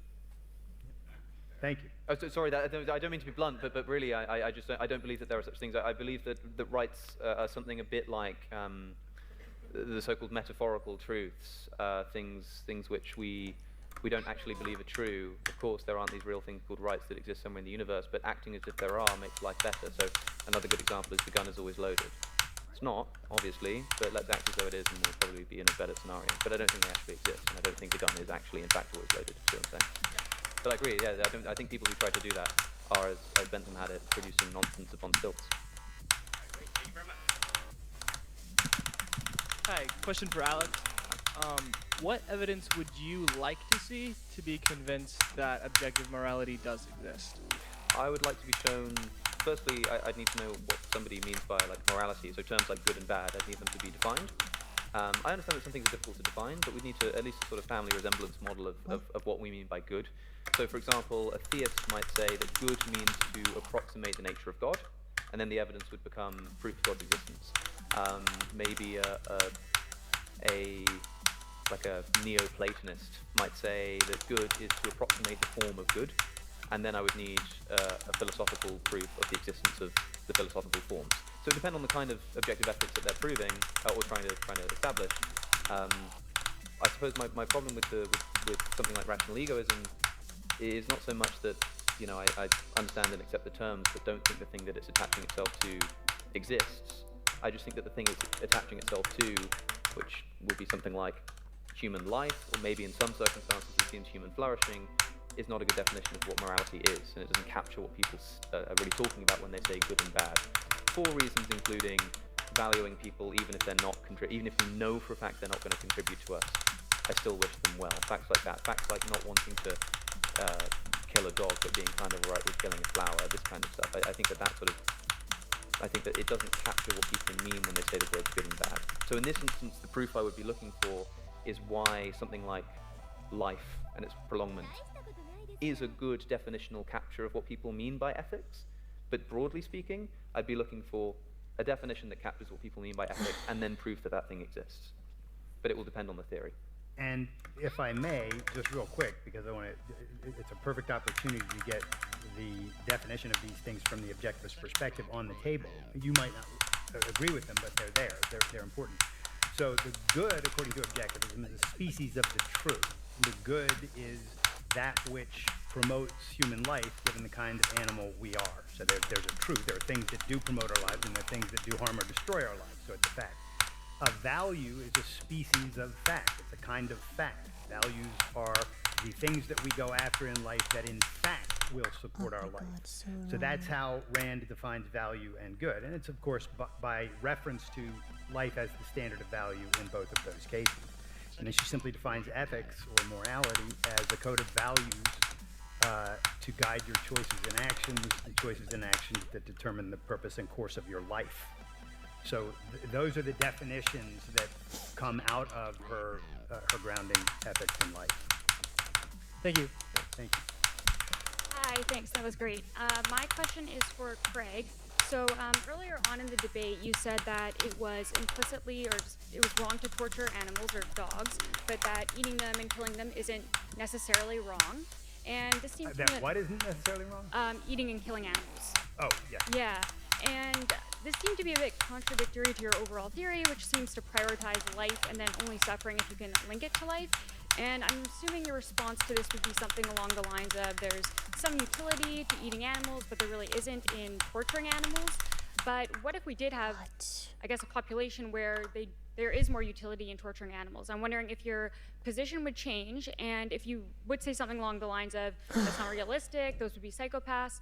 I would just like to add quickly that around 2 to 10% of the population are psychopaths, so I think washing our hands To what? of this 2 to 10? Did she say that? population and percent of the population are psychopaths, so I would just like to add quickly that around 2 to 10% of the population That is not true. are psychopaths, so I think washing our hands of this population, and people can also torture animals, not be psychopaths. I need you to restate your question. Yeah, sorry, I have a concisely, few because caveats. otherwise, I won't be able to answer. Yeah, how would you deal with that contradiction between saying torturing animals is wrong, but killing and eating them is okay when your moral theory seems to prioritize life Okay. over suffering? So there's a difference between animals and people in that animals are not conceptual. They don't have a rational faculty. They don't form concepts. They can't respect rights, let alone think about them. So, you know, if a tiger's charging you, you say, "Hey, wait! You know, I'm a human being. I live. I have my own life, and you have your own. You know, you're going to be dead before you finish your sentence, right? Because they're not in that category of things that can think this way. They don't live by using their rational faculty. They live by using instincts, and their instincts are devastatingly dangerous to us if we, you know, don't use our minds to understand what the differences are between animals. Now that said, life, as long as it is not threatening you, is life. And if you disvalue it in such a nihilistic way as kicking a dog or kicking a flower or something like that, again, I'm not going to hold you in contempt for the rest of your life. I'd see you kicking a flower, but I would be like, that's a really sort of disturbed person, or maybe she's really angry right now. Isn't that a bit of a judgment, though? A value judgment, that's nihilistic versus killing and eating Yeah, animals? you can make value judgments that are not moral value judgments, right? Flowers have values even though they don't make moral value judgments. They have values because they go after things that support their lives. So you have to differentiate between values for things generally and moral values, which only come in the sphere of human choice. Human values are chosen, and we don't have automatic values. We have to decide what we're going to go after, and that's why we need to think about it and use our reason to understand which values are good for our life and which are not. That's what morality is. It's the science that works on that project. So animals just simply don't have rights in the same way that human beings do. They don't have moral rights to act on their judgments so that they can live as human beings. The concept of rights simply pertains to human beings, and in the history of its development, it only pertains to human beings. It's just, that's what the concept means. I am wide open to the possibility of another concept, and I've talked about this in the past, whereby we say there are certain kinds of things that deserve an interim level of respect. And I think dogs and certain kinds of animals should fall into that category. I'd love for some good philosopher to do some work on this, because I think torturing animals, putting animals in needless pain is absolutely abhorrent. But you cannot give the He's so concept of rights to hypocritical. them because they Killing simply them is okay? Like, what about pigs, which are can't intelligent? apply to an animal that's not conceptual. What if I kick an animal and then I kill it in order to eat? Yeah, then it's okay. But, like, it seems like you think suffering is worse than killing them. Is that That right? was actually That's going to a- be my next objection, which is that it seems to me that saying something like, I don't mind killing and eating animals, and in at least most circumstances of eating animals, that is unnecessary. I don't mind killing and eating them as long as we're not torturing them. Seems to value the torturing over the life. Yeah, so here's the difference there. An animal, when it is killed, when it is properly killed, meaning killed as quickly as possible without pain, which is the way that all people who slaughter animals for food should be slaughtering them. They should not be. They should be killed without pain, and that can be done. If you're not doing that, that's wrong. And when you do that, here's the thing about animals: they don't have a future in mind. They're not projecting a future. They can't do that because they're not conceptual. So they're just in a different category than we are. And I know a lot of people don't like that fact, but I think it's almost self-evident that they're not in the same category that we are. So we just have to, and if you don't like my answer, that we would just have to agree to disagree on that. But that's the way I see it. You're welcome. Thank you. I had same exact question, but I'll just ask follow-up. So how is the difference when you say it's okay, it's not okay when individual just for their joy just eat a flower is not morally, objectively correct, but in that point when we are society, when we don't need on large scale nutrition side need to kill animals, then we will decide to not allow this thing. I am not understanding your question. I think if I may. So what's the difference when you say it's incorrect when individual is eating flower and it's no need to do that? So when it's not needed to kill animals to get a nutrition we need, just because of the joy to kill animals, is it okay? So what's the difference? Is the question, if we didn't need meat in order to live more healthfully and more happily, would I be against it? Just assume it's just taste. Okay. I would, personally, if I could eat meat that was factory produced and had all of the nutrients that meat that I like to eat has, I would much prefer to eat that and not have animals killed. When you say like to eat, do you mean in terms of taste or in terms of the nutritional benefit? Pardon? When you say like to eat, all the meat that I would like to eat, do you mean in terms of taste or nutritional benefit? I would package both of those together because, again, I don't think animals have rights. So it doesn't bother me greatly that we put animals to death to use them for food unless it is done with pain that is unnecessary, which I think is just on its face wrong. But I do want to live my life with the kind of joy and health that I get out of eating the meat that I eat now. And because I've never heard an argument for why or how animals could have rights, and I fully understand the argument for why and how human beings have rights, I simply make a sharp divide there. I think what's your name? Sandro. Nice to meet you, Sandro. I think Sandro asked a question which proves you've been listening very closely, and I think this was a wonderful question. That earlier you said that to step on a flower just because you sort of enjoy it. Yeah, there's wrong. a difference between immoral and... Hold on, but to kill an animal because you enjoy it, and I know that you're packaging in nutritional value, but let's say that we were able to get nutritional value, but it all tasted horrible. Then you're talking about something like taste pleasure. Stepping on a flower because you enjoy it is horrible, nihilistic, but killing an animal because you enjoy it, because you enjoy the way it tastes, is not? Yeah, there's a difference. So when you kick a flower for no reason, just life, dead, you're expressing a contempt for life.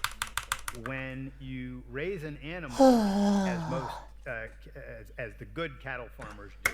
This guy is a psychopath, is what I have to tell you.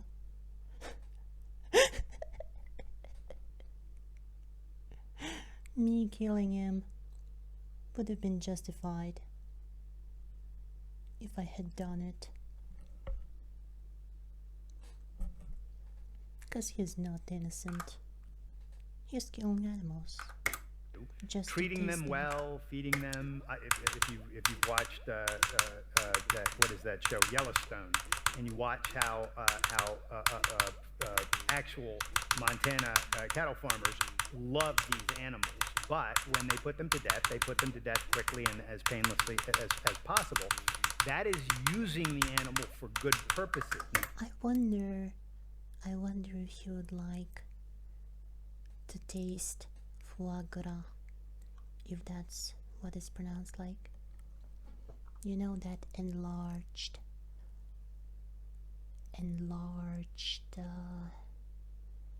goose or cheese, I guess gooses. What's that organ called? That one enlarged organ, you know, they force feed those birds. I guess they force feed geese to enlarge that particular organ, then kill them. And so that's how you end up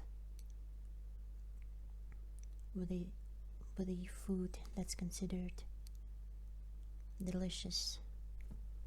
Would you like to try that? Nutrition and joy. That is very different from kicking a flower for no good reason, just because life, beauty, kill. That, to me, is a nihilistic motive, and that's why I differentiate it, and there is nothing nihilistic about eating meat. So I regard that as a clear and distinct difference. Okay, thank you. We have 2 minutes, so we'll take a couple more questions. Thank you. Great, thank you both. It's been a very thought-provoking panel. Craig, I would love to know your point of view. So life has value, right? 100% clear. What will happen if someone who doesn't value their lives and wants to kill themselves gets murdered by somebody else? And I don't mean like it's just a suicide. So a person wants to kill himself? Yes, And they that get gets murdered but by somebody else. Oh, and then they get murdered by someone else? Yes. Okay. So it wasn't like a consensual thing. Will you think that's immoral? So when you say they get murdered by somebody else, do you mean that they got assisted suicide? No, like a gun or something. Okay, so let's say I want to die, and I'm thinking about killing myself later today, Yes. but Alex pulls out a gun and shoots me Yes. dead. Yeah. Okay. Great Is that question. immoral? And does he? That's a great question. So just to make it graphic here on stage. Oops, what happened to my thing? Fell off my ear there. Yes, that is still murder, because no one has a right to take anyone's life except the person himself. What?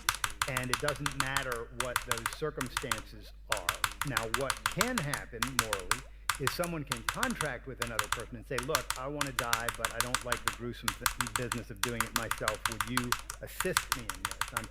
I'm for the right to assisted suicide. But murder is murder, and you do not have the right to take anyone else's life. So if someone did that, I think they should be tried, and if they're tried and found guilty, they should be locked up for life. Including the psychopath? Including what? The psychopath? If it was the psychopath who did the killing, or the Either way around. who was killed. Yeah, it would be absolutely wrong to kill the psychopath, because although he is broken, What? we, in my view, now if it's a psychopath who has murdered someone, then he doesn't really even have a right to life. What if that's a psychopath that's going to murder someone in the future But he wouldn't be with a high probability? out killing people anyway. Presumably he'd be in jail. But yeah, even a psychopath who we can't let out because he will kill people, and we know that. But he has minimal rights. He has a right to remain in existence as long as we can keep the confines on him so that he can't act in a way that destroys other life. And if you got into the jail or wherever he's being held, hopefully it would be something more humane than a jail for this person. But and if you got in there and killed him, yes, you would be a murderer, and that would be wrong. You took a life that you don't have a right to take. Great. Thank you so much. You're welcome. We're near Last there. question. So, Alex, I'd like to ask you about the question you posed to all of us. And my question is very simple.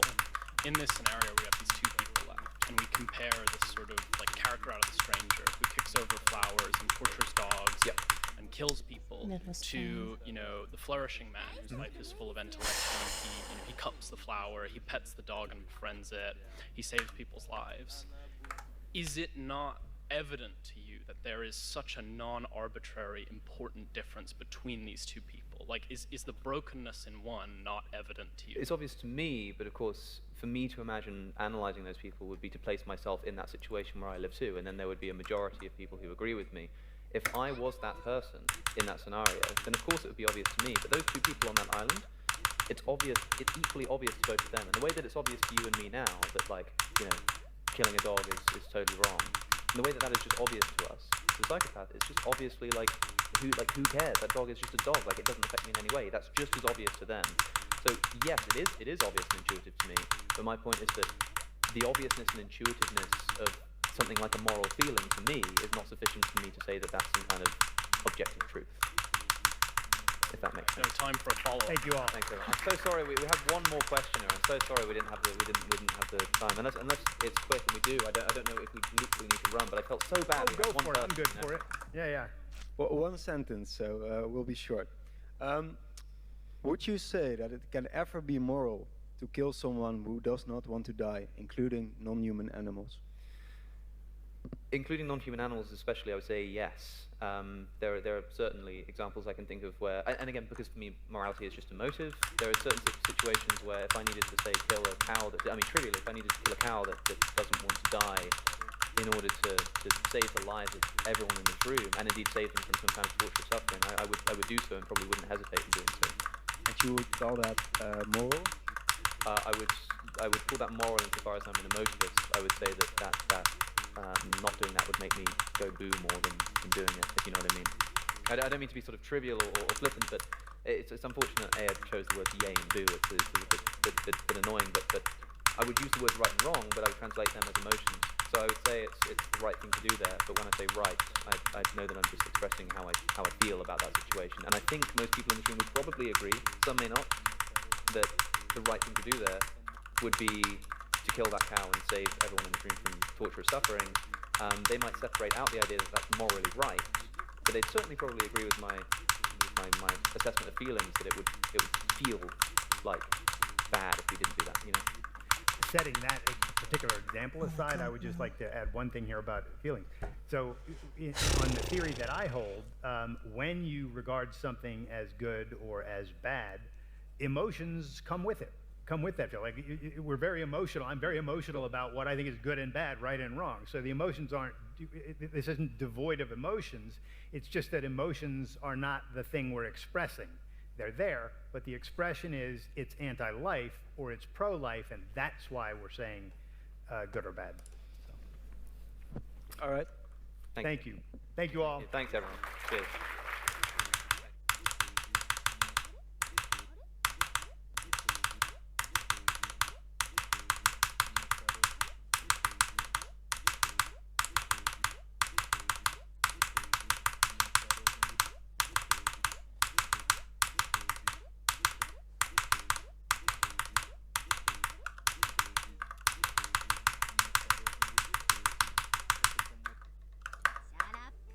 Wait a minute, I need to record a guide how to pass the first bow of Cataclysm. So it's here.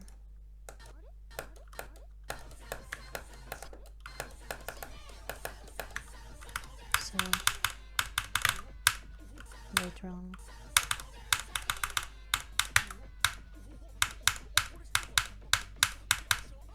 I already know what to teach you.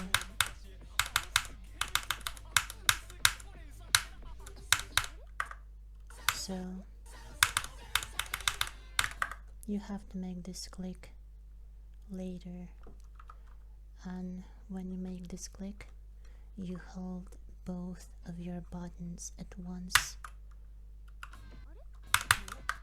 and that works. And if you don't, you just click fast. That's it. That's basically it.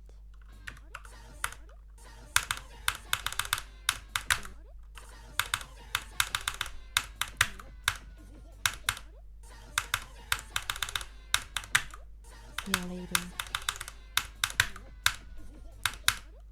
Alright.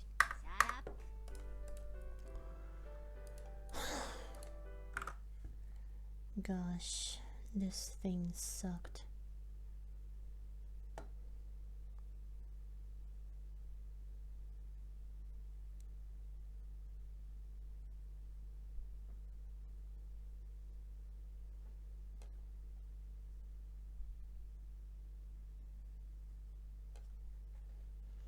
Yep.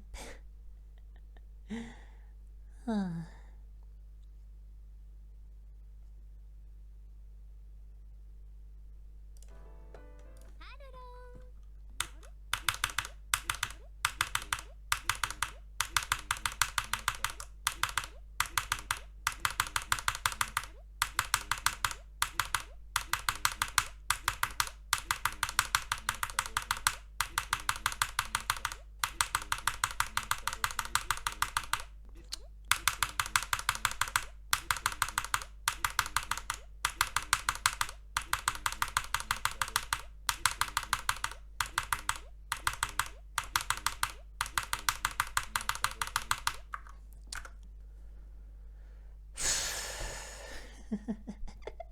True.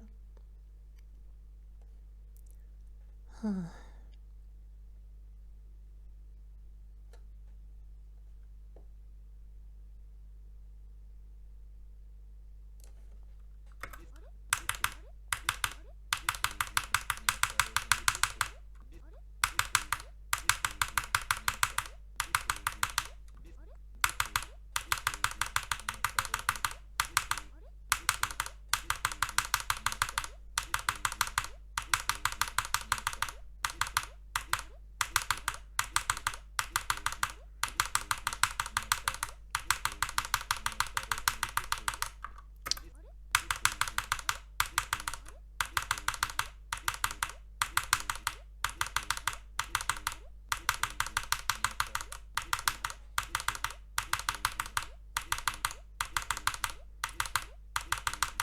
Done.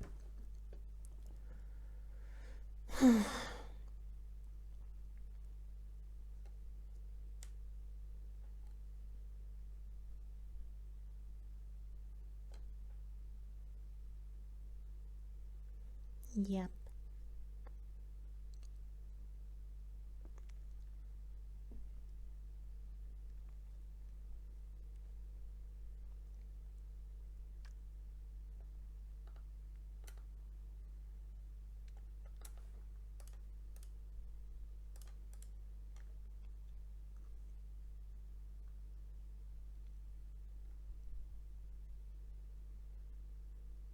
I wonder what's gonna go next.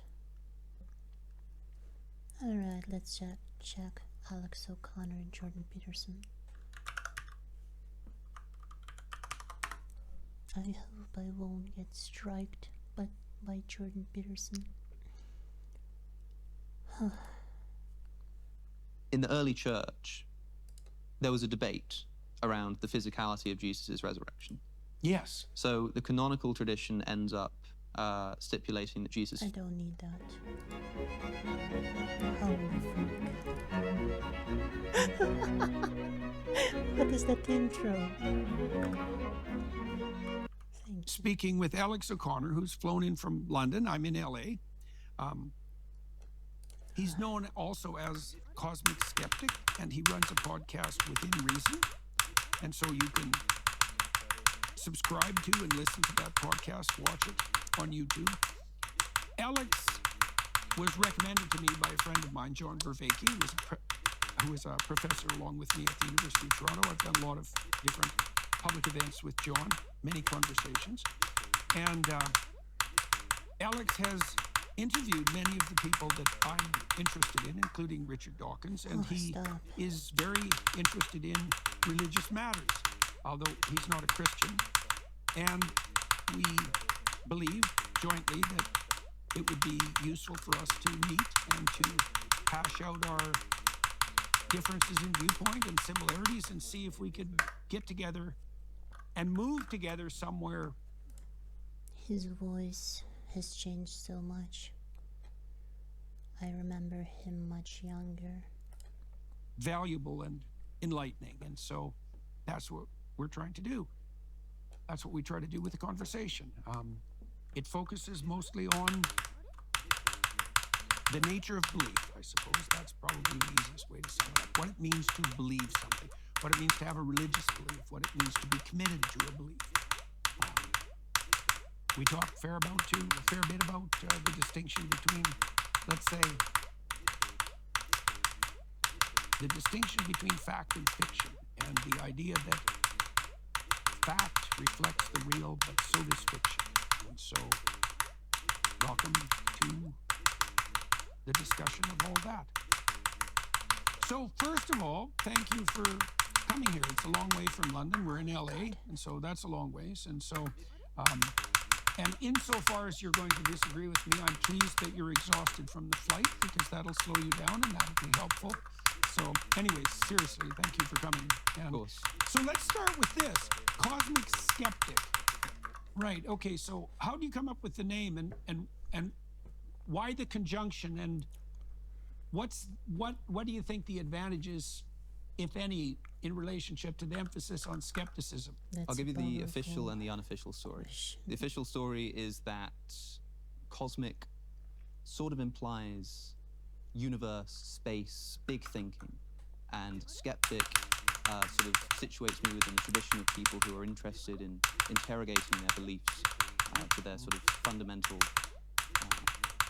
grounding insofar as that's possible.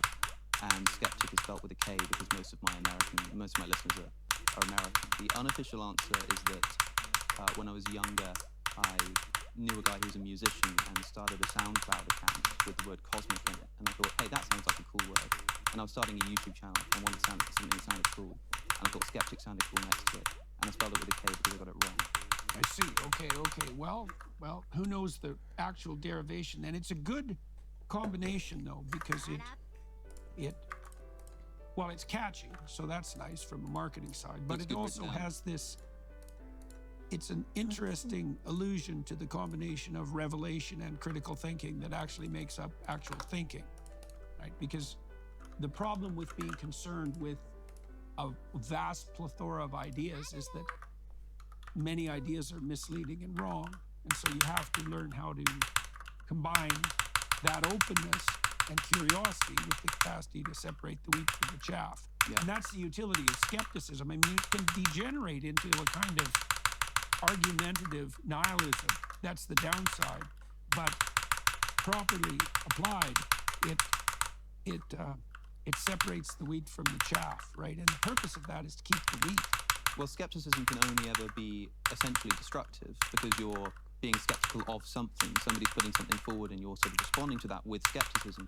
And so for a lot of people, if skepticism is the thing that you do, then you sort of end up chipping away and ending up with nothing, whereas skepticism is really supposed to be a tool that you use. It is destructive, but in the way that you might sort of carve a piece of marble. Yeah, right. You're intending to get a statue out of it. Yes. Well, that's the thing to always keep in mind, is skepticism in the service of something. Exactly, yeah, it's a tool. It's a methodological tool. It's not a world. And you mentioned, too, and so I'm interested in your progression in your thinking in relationship to that, because you mentioned just before we actually went on air that had you come to see me a couple of years ago, you might have been more inclined to, I'm putting words in your mouth to some degree, so correct me if I'm wrong, to strive for a victory or to make your point, something like that. And you alluded to the fact that your thinking around that has changed to some degree. I suspect that's probably a consequence of experience. So what's changed?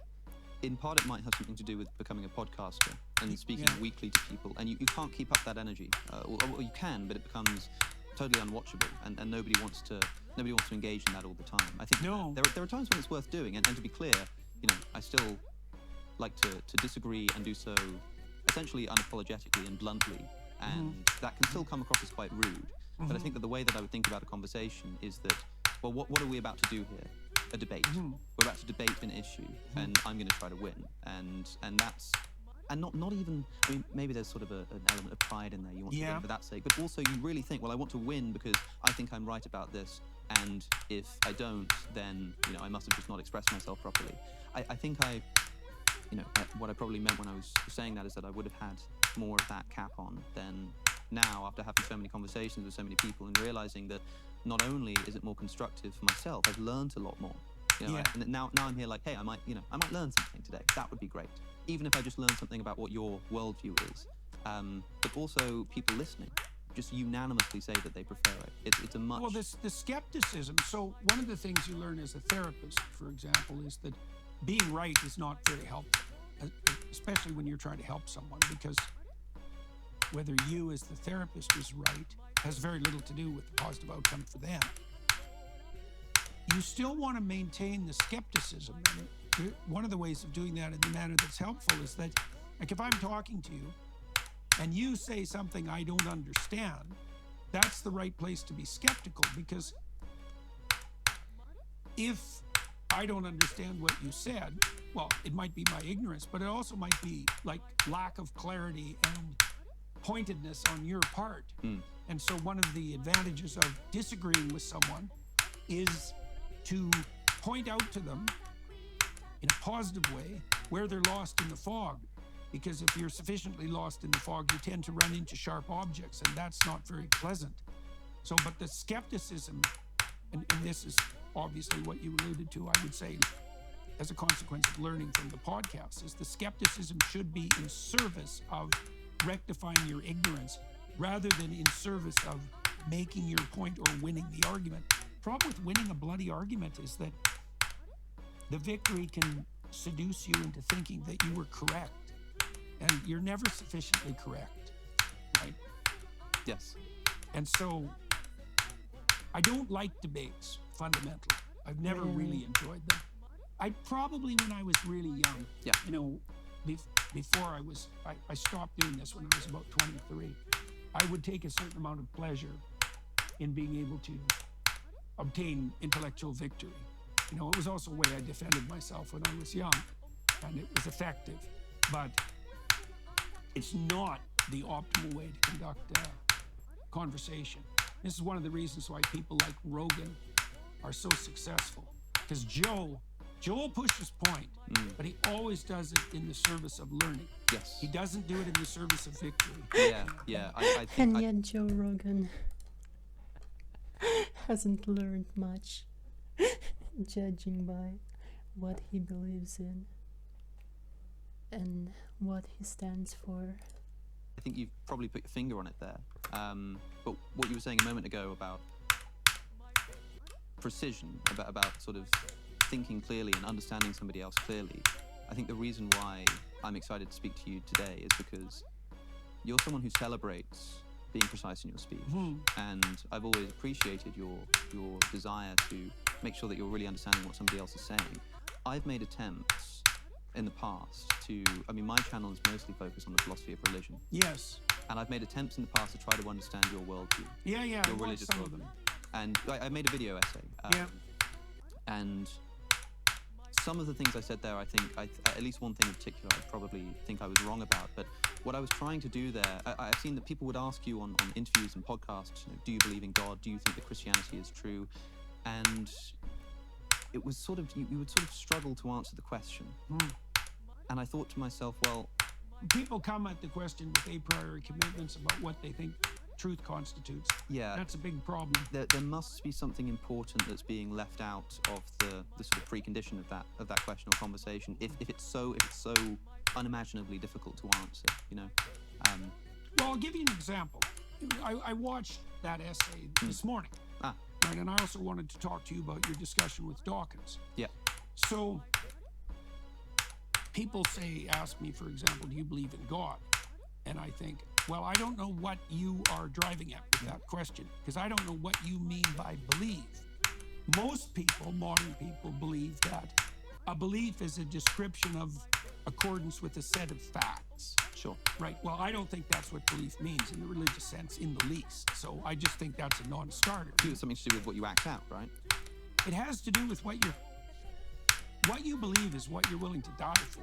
Fundamentally, is what you're committed to or live for, if you think about it as life in the most extensive manner. It's a matter of commitment.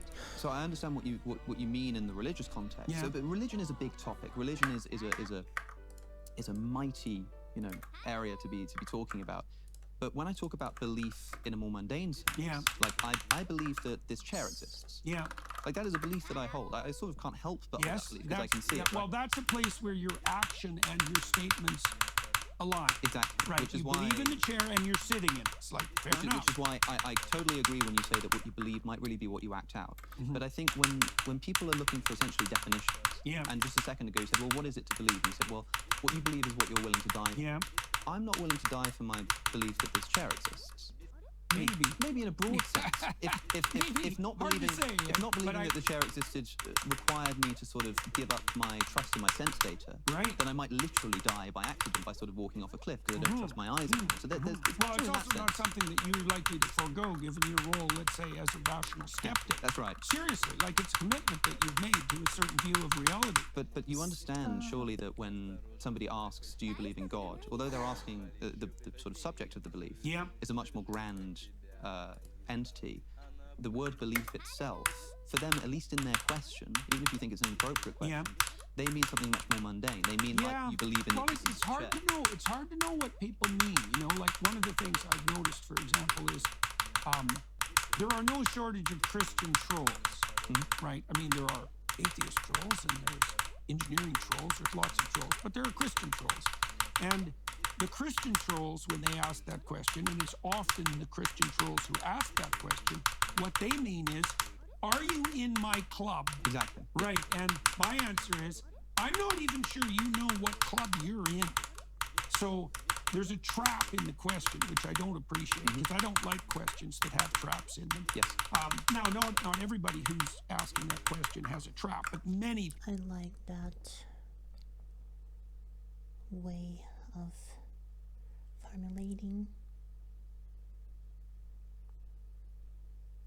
formulation.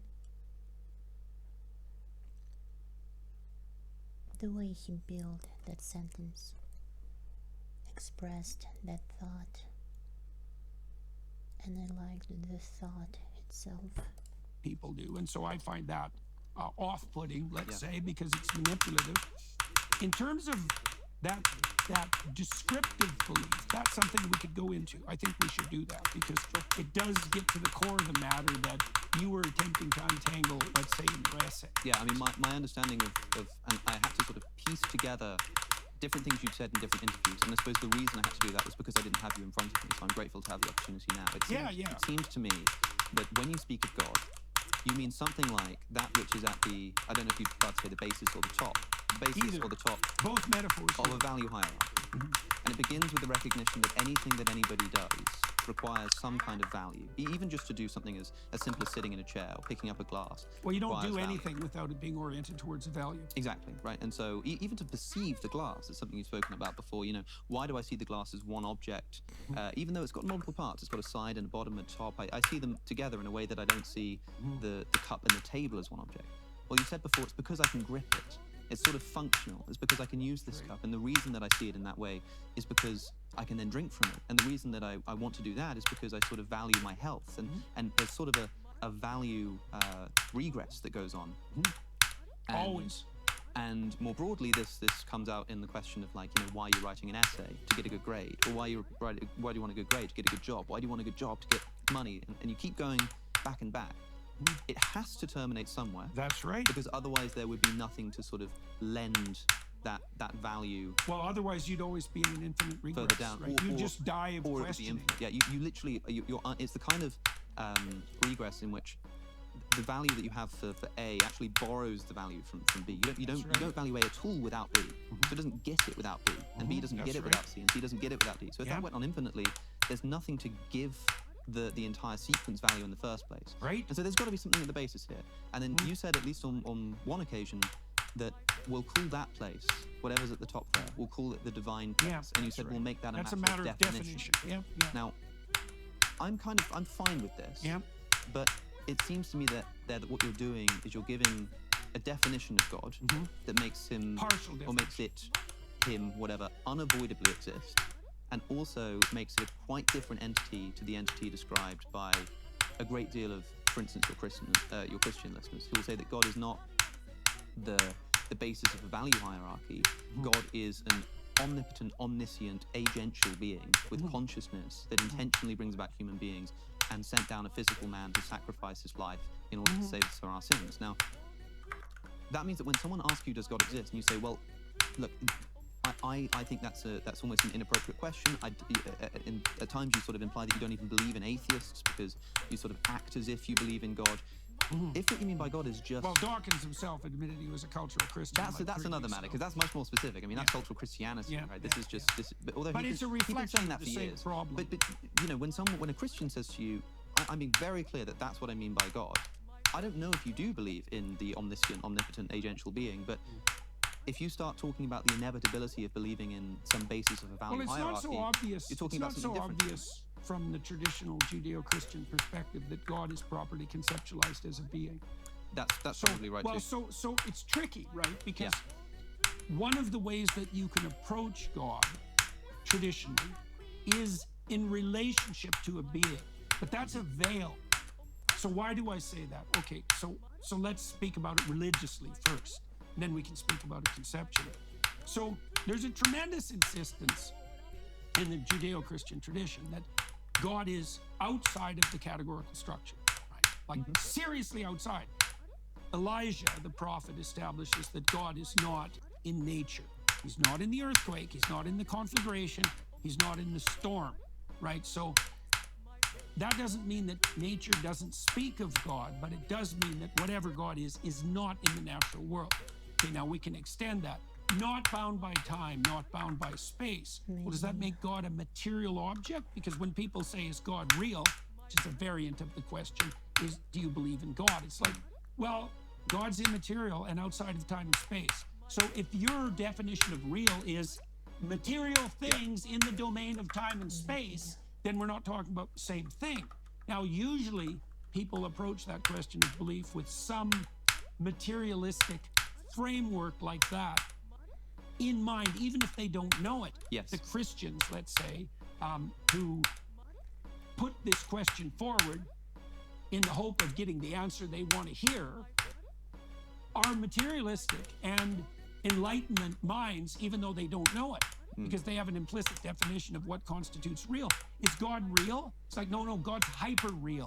That's not the same thing. I think that the physicality of God is an interesting question. Yeah. In the Old Testament tradition, it seems to evolve as far as I can see. If you look at some of the earlier descriptions of God, you've got a God who walks through the Garden of Eden. Yeah. You've got a God who has a council of angels and the accuser. You have a sort of it's being at least conceptualized as a much more physical being. And as time goes on, God becomes less localized. And I've heard a lot of theories as to why that's the case. I've just done an episode on my own show. Yeah, I'm not sure that's true exactly. I don't think there's a clear historical progression like that.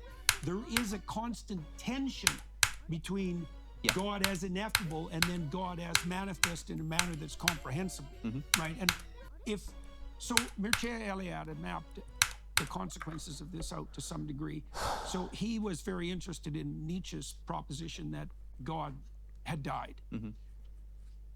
Most people, including Nietzsche, regarded that as like a unique historical event. There was a religious tradition, the Enlightenment arose, in consequence, we became skeptical about God, and in 1850, the philosophers decided that he was no longer necessary or real. But Eliade, who is a brilliant historian of religions, has noted that this has happened many, many times, that God has vanished, disappeared.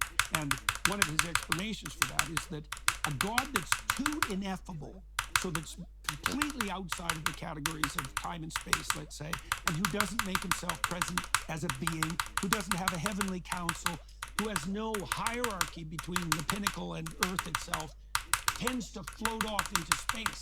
It becomes so abstract that you can't have a relationship with it, and then he disappears. In many ways, this is what Christianity provides with the New Testament and the figure of Jesus. And that's why I think for a lot of Christians, the more important question for you, and the question that they're interested in, and you're quite right that a lot of people are like, I want to get you on my team. Yeah. I have no dog in this fight. I'm not a Christian. Yeah. But I know that a lot of Christians are frustrated when they begin asking about Jesus, who's a much more physical entity, right? It's a real human being. It's someone with flesh and blood. It's someone who's physically crucified by the It's a very different question. It's a very different question. and then is seen as a physical entity, at least according to the canonical tradition, by his disciples after he died. Yeah. So when somebody asks you, do you believe that happened?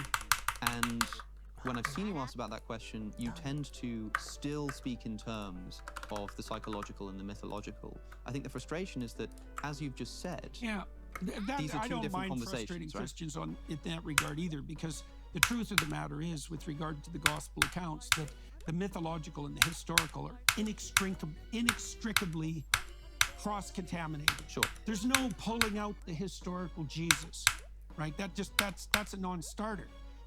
And why that is, I don't know. It's very mysterious. It's very hard to understand, as are the, let's say, the accounts of the resurrection. Okay, so what do I think about that? Well, I think that denying the historical reality of Christ I think that's just a fool's errand. Of course. I don't know why anybody would bother with that. So a man exists called Jesus. We have Yes. that much. Now, there's a claim that is attributed to Christ that he is the embodiment or the incarnation, the fulfillment, let's say, of the prophet and the laws. Yes. I think that's true. Yeah. What does that mean? Well, I think it's in the Gospel of John. I think Gospel of John closes with a statement that's something like, if all the books that were ever written were written about the gospel accounts, that wouldn't be enough books to explain what had happened. Yeah, if all the things that Jesus did. Yeah, and there's a truth in that. The truth is that profound religious account is bottomless, and the biblical representations are like that. There's no limit to the amount of investigation they can bear, not least because the text itself is deeply cross-referenced. So there's an innumerable number of paths through it. It's like a chessboard, and so it's inexhaustible in its interpretive space. That's true. And that's a problem too, because it means it's also susceptible to multiple interpretations, including potentially competing interpretations. I think a lot of people interpret Paul, for example, the earliest New Testament source, as saying that if Jesus did not literally rise from the dead, if there was not a man who stopped breathing and then started breathing again, then your faith is futile and you're still in your sins. That is, Christianity is undermined. Now, that means that, and Paul doesn't say sort of believing that that's false is really bad. He says, if you do not believe this proactively, then your faith is futile. The problem I have with that. If you don't proactively believe that yourself, then I think when a Christian asks you, do you believe in the resurrection of Jesus? Are you a Christian? I think you must be committed to saying no, at least under that interpretation of Paul. And even if you're not sure, I mean, it's fine if I say to you, do you think that a man physically rose from the dead? And you say something like, well, I don't know. I mean, I wasn't there, but I think it has a lot of mythological significance, or I think that maybe it happened in a different sense, or it happened in the sense that good fiction happens, then fine. But it needs to begin with that caveat of the simple sort of, historically speaking, I don't know. And I know you don't like to pull out the historical Jesus from the mythological, that's a good objection. But it's an important question to ask. No, of course, it's a very good objection.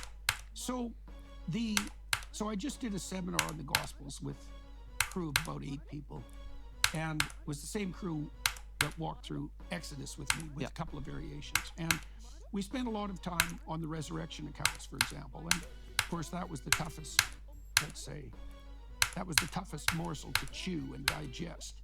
The thing about the resurrection accounts is that they're all, look, so I could say something like this, which will just annoy people, but it doesn't matter. I believe the accounts, but I have no idea what they mean. When you say you believe the accounts, do you mean, and I hate to be sort of pedantic here, it seems pedantic, but do you mean you believe that these are things that happened, such that that's a strange I know you don't thing. like that, let me put it this way, if I went back in time with a Panasonic video camera and put that camera in front of the tomb of Joseph of Arimathea, would the little LCD screen show a man walk out of that tomb? I would suspect yes. So that to me seems like a belief in the historical event of the resurrection, or at least of Jesus leaving the tomb, which means that when somebody says, do you believe that Jesus rose from the dead? It doesn't seem clear to me why you're not able to just say, it would seem to me yes. Because I have no idea what that means, and neither did the people who saw it. Have you ever browsed in incognito mode? Fun fact, it's probably not as incognito as you think. And why would it be? Big tech companies have made their fortune by tracking... Really?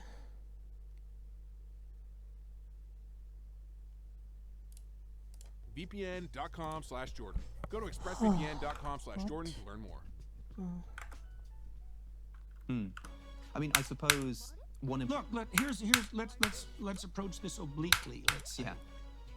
The miracle of the loaves and the fishes. Yeah. Okay, so people will say, well, do you believe that happened literally, historically? It's like, well, yes, I believe that. It's okay. Okay, what do you mean by that? That you believe that? Exactly. Yeah. So you tell me you're there in the way that you described. Right. And What do you what see? are the fish What do you doing see? Yeah. exactly? And the answer is you don't know. You have no notion about it at all. You have no theory about it. Sure. So your belief is, what's your belief exactly? Well, I think a Christian might say something like, my belief is that I have no idea, looking at those fish, what I would see in the process of them being converted into enough food for the 5,000 to eat. I have no idea what I would see.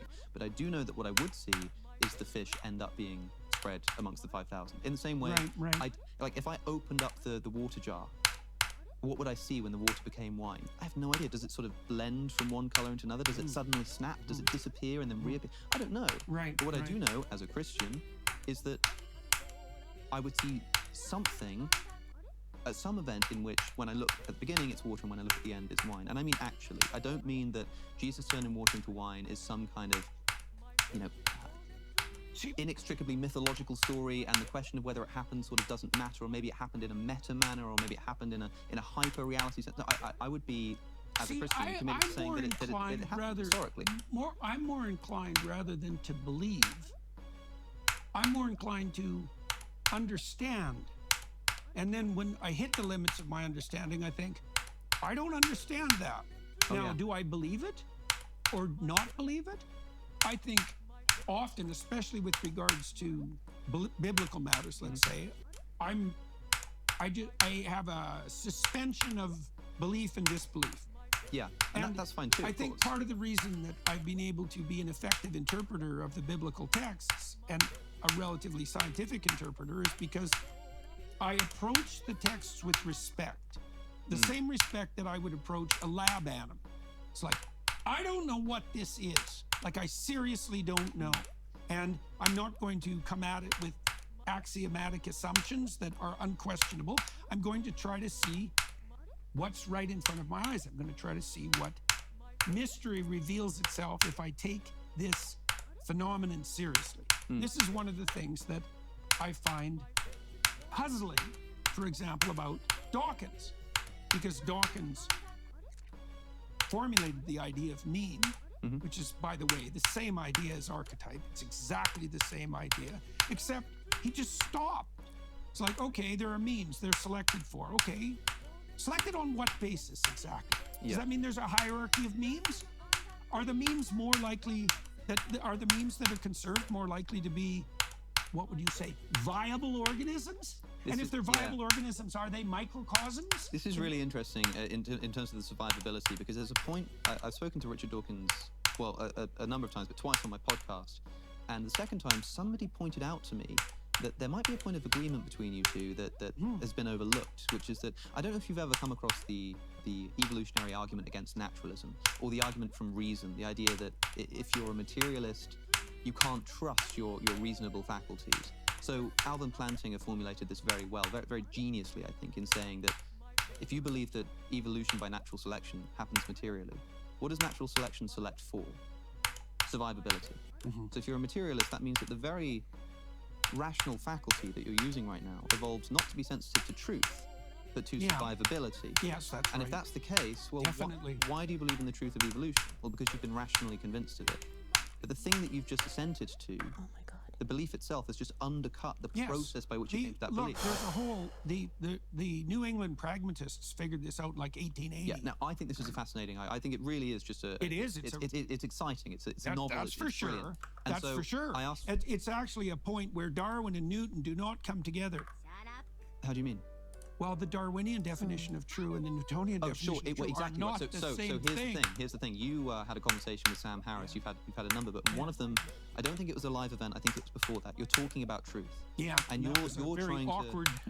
Second talk I had with him, I was extremely ill. It was do you know, it was awkward to listen to, because it felt very much like, and I remember at the time thinking, what is this Jordan Peterson talking about? Like, truth is like Darwinian, truth is about like survivability. What do you mean truth is truth? True the way an arrow flies. Yeah, right. And now I asked Richard Dawkins about the evolutionary argument against naturalism. Yeah. I said, well, how can you know that what you believe is true? And he said, because believing true things makes me more likely to survive. Hey, watch where you go with that. I didn't catch it at the time, but I thought to myself, afterwards, it was one of my commenters on Patreon actually had mentioned this. He was listening to Richard, and I said, but okay, maybe, but sometimes it's at least possible that something that's false helps you to survive. The rustling in the bushes, believing that that's a lion every time, or tiger, even if it's not, that helps you to survive, because that one time that it is, you're still going to run away, and it costs you nothing to run away when it's not a tiger. So believing it's a tiger, even when it's not, is going to help you to survive. That's why we have a negativity bias. Yeah, and Dawkins says, well, yeah, of course there are some circumstances where believing something false could be beneficial to survival. And I said, well, how do you know that 2 + 2 = 4 is not one of those? And it seemed as though he was just saying that believing that would not be advantageous to our survival, which might well be true. But if that's the case, then suddenly I'm listening to what you're saying about truth being more sort of Darwinian and related to survivability, and I think maybe you two would agree there. And then I think, well, why is it that when you sit down with Richard Dawkins, you find it difficult to have a conversation with each other? And well, I think it's partly because we don't know each other very well. That's right, and so true. And also there are things he knows that I don't know, and there are things I know that he doesn't know. Now, I would say in my defense that what would you say? I'm more of the aware of the things he knows that I don't know than he is of the things I know that he doesn't know, right? So, for example, as far as I can tell, Dawkins doesn't know anything about the Jungian tradition of literary interpretation. And that actually, if you're going to talk about religion, that's actually a fatal flaw, right? So, and, he's called me, for example, drunk on symbols. It's like, well, the imagination is a biological function. And it has a structure and a purpose, and it has its own logos, its own intelligible order. And if you're not aware of that order, that doesn't make me drunk on symbols. It just means you don't know what you're talking about. Now that frustration that you appeal to there when you hear Richard Dawkins, I think Terry Eagleton said that listening to Dawkins on theology is like listening to somebody write a book about biology whose only knowledge of the subject is having once read the Great British Book of Birds. And okay, fair enough. But that actually turns out to be a real problem. And it's a problem with regards even to the meme idea, because you don't have to extend Dawkins' work very far to understand that religious stories are memes. Sure. Right. Yeah. Well, and there's a hierarchy of memes, and some of them are very functional. But then here's the thing, like that frustration that you're sort of throwing in that direction, I think people throw towards you when you say, well, religion, you don't have to look very far to see that religion is a meme. Well, without further clarification, and of course there's going to be it, you can understand why to somebody first listening, that sounds almost atheistic. Well, religion is a meme. No, religion is not a true historical account of the history of the universe. It's not a true historical account. It's a meme. Now, when you say that the resurrection of Jesus. Well, what does it mean historically that the Spirit of God brooded upon the primordial waters? Like, what does that mean historically? Well, no one knows. I agree. I don't think that at least most of Genesis, or parts of Genesis, are supposed to be. I mean, the Bible is a library, right? It's not a book, and that means that it's going to contain different genres. That's for sure. And so when and some of them are more historically accurate, and some of them tilt more towards that kind of elusive. I don't mean elusive in the. I mean ALLUS. Elusive, yeah, sure. Right. That elusive and symbolic form that characterizes Genesis 1. So because there are different genres here, it depends on what story we're talking about. And I think that what I often observe you doing is we might talk about Christianity, and if you aren't comfortable committing to a historical ideal, you'll start talking about the Spirit moving over the face of the waters, which is obviously a much more mythological ideal, and not quite equivocating them, but moving between them too quickly and not delineating them enough. So if I asked you, do you think that the Spirit moved across the face of the waters, and you said to me something like, I think it's still happening. Right, that is what I would say. I'd say, hey, fair enough. Yeah, that makes sense. It always happens. It happened at the beginning of time, and it's always happening. When somebody says, did the Exodus story happen? Did the Jews enslaved in Egypt break free of their slavery and move to the Promised Land across the desert for 40 years? Did that happen? You have also said, of the Exodus specifically, it's still happening. Yes. Now, to me, that's far more inappropriate than saying that the Spirit is still moving across the face of the waters, because I think what people mean there is, do you believe that these people in that time period actually did this in such a way that, for instance, might show up in an archaeological report? Well, I think that's the simplest answer to that is probably.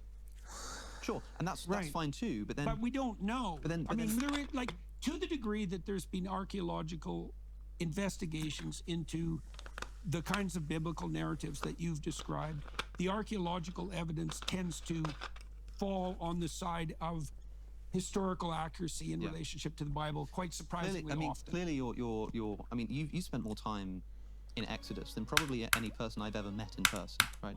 Clearly, the story sort of captivates you, and you think it's really important and can teach us a lot, right? Yeah, of course, it's infinitely deep story. I think most people speaking to you already know that you think that, right? And so when they ask you a question, when they suddenly say to you, "But do you think it really happened?"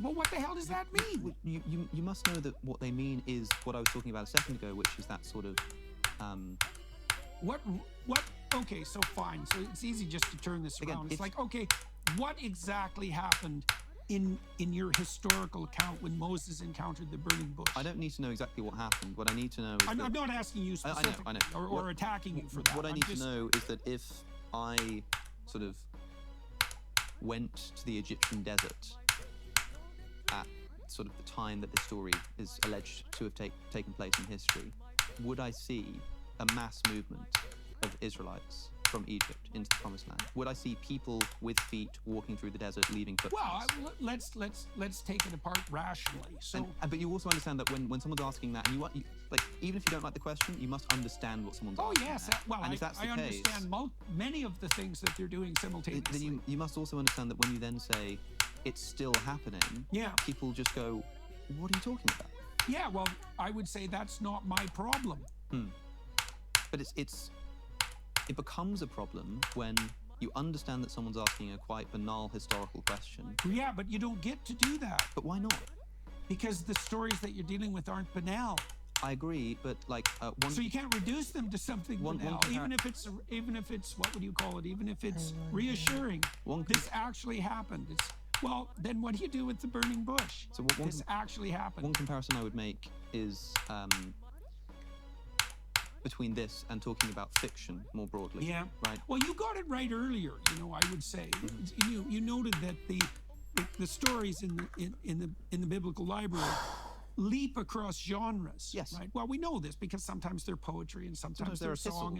Yeah, exactly. Like, and so in any given story, there's going to be historical account plus mythological overlay, and you have to be a discriminating reader to kind of see what's different, and you don't just get to say, well, all the mythological symbolism is historical reality. It's like, no, it's not. But here's the thing, for example. So like take a piece of trivial fiction like Forrest Gump. Yeah. Right? We say like, okay, did that happen? Now I think that what you'd probably say is something like, well, I don't think the events literally occurred, but I think that they obviously get at something that's sort of perennially true about human nature. Exactly. But then suppose I said to you, but hold on, they happened. They existed as a pattern. But there's a scene in Forrest Gump when I think he meets the president. Is it JFK at the time? I think he goes and meets John F. Kennedy. Yeah. And so I said to you, well, is JFK the like that specific part of that story? Is it true that JFK was the president? Right. And you would probably just say, yeah.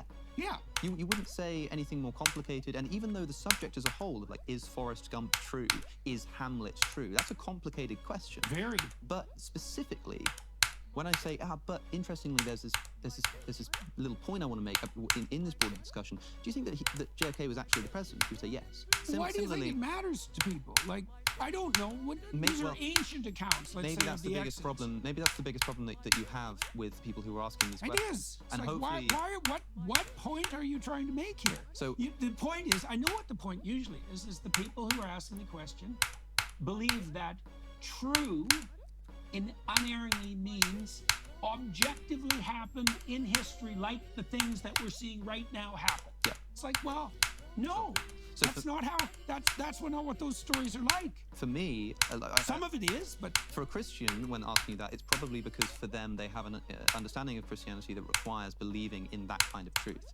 For me, and the reason why I hope that like me asking these questions will be less frustrating to you is because I have no desire for that. I don't care about that. I'm genuinely just interested in what you think. Yeah, and so understood. my desire to know whether you think Exodus historically happened goes no further than a point of interest about your beliefs. Well, so there's elements of especially the setup to the Exodus story that strike me as very, very plausible historically. So, for example, the Jews before the Pharaoh of that time were under the guidance and protection of Joseph and the previous Pharaoh, and they regarded the Israelites as benefactors because Joseph had helped save the kingdom and his people were welcome. But that was forgotten. And so the new Pharaoh and the new Egyptians regard the appallingly successful Jews as destructive interlopers, and they make them slaves. It's like, well, can you believe that? It happens all the time. Sure. It's happening right now. So it's very sounds to me that plausible. in this particular case, saying it's very plausible, it's like saying something like, well, yeah, it could have happened, I don't know.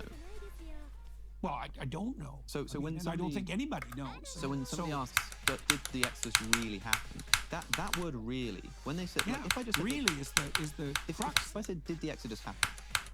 And I'd understand why you would then say, well, you've got to understand what kind of story this is. Fine. Yes. But then if somebody says, yeah, but did it really happen? Well, which parts of it? Even if they're not expressing it very well, like what they're getting at there is they're trying to emphasize the historicity. They're trying to say, yeah, but did it historically happen? Probably is what they mean by the word "really" there. Right, but the thing is, it speaks of their. See, they have a problem. Is that Christians who ask that have a metaphysics that's not Christian. So it's a non-starter. The question. It's like you're asking me the question a materialist atheist would ask. And you want me to give you an answer that bolsters your faith, but the presumptions of your question are Enlightenment atheistic. So it's like, I don't know how to play that game. So do you think that to be a Christian, you don't need to believe in the historicity of the Exodus or the resurrection of Jesus, for example? Well, I think those are separate issues, actually. Okay, yeah, that's probably right as well. And interesting, you know, I spent, last night, it was a bit of a time delay, so it feels like longer, but last night I was having a conversation with a friend of mine. I said, you know, I'm speaking with Jordan Peterson tomorrow. I was thinking, how can I prepare for this? And we ended up, with my friend Sheehan's his name, we ended up having a conversation about whether Hamlet is a real person, right? And that was probably better preparation than anything else I could have done. Yeah, what I well, that's a good question. So take, if somebody asks, you know, was Hamlet a real person? Sort of naively, I say, have you heard of the story of Hamlet? Oh no, is that a real person? Right. I would say no. However, there is a sense in which, and I'm trying to understand what you're saying here. Yeah. There is a sense in which there are a lot of characters, infinitely many characters, that Shakespeare never wrote about. Yeah. Right? Those characters seem to exist less than Hamlet does. Yeah. Even if Hamlet exists less than Jordan Peterson and Alex O'Connor do in the Hamlet might exist more than me and you. Well, okay. One of the things you but not me. One of the things you pointed to in the analysis that you did, the talk I had with Jonathan Pajot, is my somewhat tongue-in-cheek comment that God is the ultimate fictional character. Yes. Right, which I think is a hilarious line, by the way. Yeah. By the way, I think I misunderstood. Now that I've watching that back, that's the thing I say. I think I might have misunderstood, and maybe that's what you were about to tell me. I shouldn't interrupt. Let's walk through that. Yeah, because people see, and this is part of this underlying materialist, atheist, Enlightenment ethos. People think that fiction and fact are opposites. It's like, no, they're not. Okay. Not at all. Okay, so let's use an analogy to begin with. What's more real, things or numbers? Okay, now I'm not going to make a case for either of those positions. I'm just saying that's an actual question. Yeah. You talk to mathematicians, they think, well, numbers are way more real than things. Things are evanescent. They disappear. They flash in and out of existence. Numbers are permanent. Yeah. And then you could think about it biologically. It's like, well, how useful is numeracy to survival? Yeah. Very, right? When you become numerate, you're powerful in a way that the mere grip you have on the individual facts doesn't afford at all. So there are forms of abstraction that are clearly more real than the things from which they're abstracted, or at least as real. I would say more real, because they're so powerful. Well, fiction is an abstraction. Sure. Right, and so did Hamlet exist? It's like Hamlet is the pattern of character that existed in multiple people over a very long period of time. And so Hamlet is an abstraction. like Raskolnikov in Crime and Punishment. Did Raskolnikov exist? It's like Raskolnikov existed in the soul of every Russian from like 1850 to 1990. Sure. Right, and so is it real? It's like, it's hyper real. Yeah. Fiction is hyper real. It's a meta truth, as you That's put right, it in exactly, that exactly. podcast. Now, is that real? Well, when someone says, is that, if they've listened to what you've just said and understood it, then if they still ask the question, but is it real, you must understand that what they mean is like, you know, did Alyona Ivanovna get hit in the head with an axe? Right. Like, yes or no, did that happen? Right. And again, you could still resort to saying, you know, it happened in the heart of every Russian who's ever thought about killing their mother-in-law. Well, I would say no to that. But no, right? No is the answer. And so, and we can say no with confidence because we know that Dostoevsky sort of thought this up. Yeah. With something like the Egyptians walking through the desert, we can't as confidently say it's something like, no, that didn't happen. But we'd have to be more humble in saying something like, I don't know.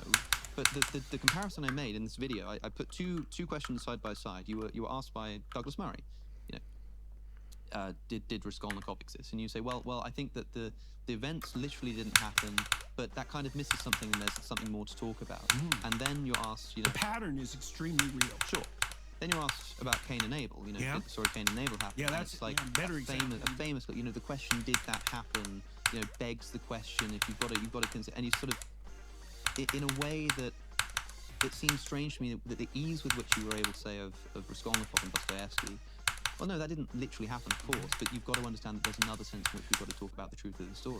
Well, the Cain and Abel story is quite complex because you could imagine easily that there was a fratricide at some point in the past that was of sufficient emotional magnitude to have stories aggregate around it, to have an account aggregate around it. So it's easiest to presume that because why not? It's perfectly plausible that a primordial murder of that sort happened in the memory of that tribal people and was represented in that manner. Now, as the account in Iliad has done a very good job of pointing out how this develops too. You can think of Iliad's work on the mythologization of stories as an extension of Dawkins' idea of the meme. Because Iliad discusses in great detail how an account mutates to, what would you say, to be maximally memorable across time. So it mutates. You can take there was a core that's true, let's say in the narrow historical sense, but the account mutates to be optimally adapted to the structure of memory that characterizes the human psyche. And that comes out in story, like the story of Cain and Abel. Right, and you get a maximally memorable story. Now, that's a meme. Is it true? That's a hard question because, you see... I think Cain and Abel probably belongs more on the sort of brooding over the face of the waters category than it does Exodus category, for example. Like, so I think with Cain and Abel, there's very little detail in it that would make it a specific historical event. Yeah. Right? I mean, because it's two generic brothers and there's a generic murder. But it's interesting too because even in the case of a specific fratricide, let's say, that actually happens in the world, well, there's all sorts of principalities involved in the background. Yeah. Right? Oh my God, so, a lot. for example, I spent a lot of time looking at Dylan Klebold's accounting of his mental state before shooting up the Columbine High School. Well, you know, if you read that, it'll make your blood run cold. Oh, yeah. He's obviously possessed, whatever that means.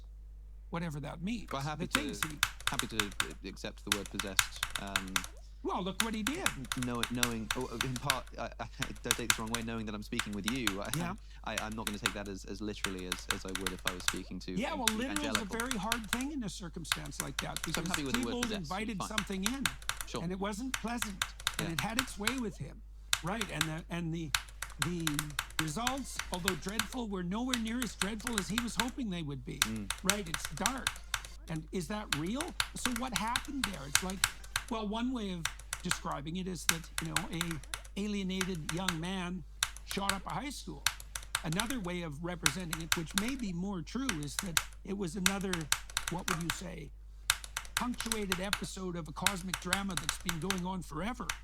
Fine. It isn't obvious to me at all which of those two accounts is more real. Well, it depends on what specific questions being asked. For example, right now, suppose that you were a witness to this crime, and police pull you into questioning as a witness. Yeah. And they say, we're trying to gather information to try and, catch the suspects. So suppose that there's no suicide involved.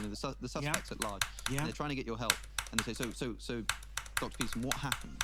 And you say, well, I think what happened was the continuation, sort of a punctuation in the long paragraph of the cosmic drama that is our human existence. And the police sort of say, that's not what we meant. Okay, but come on, help me out here, man. Yeah, really, and I think that's a what level people are doing with the religious question. Well, that's a level of analysis problem. So we went back, when we started this discussion, you talked about the infinite regress for purposes for writing an essay, right?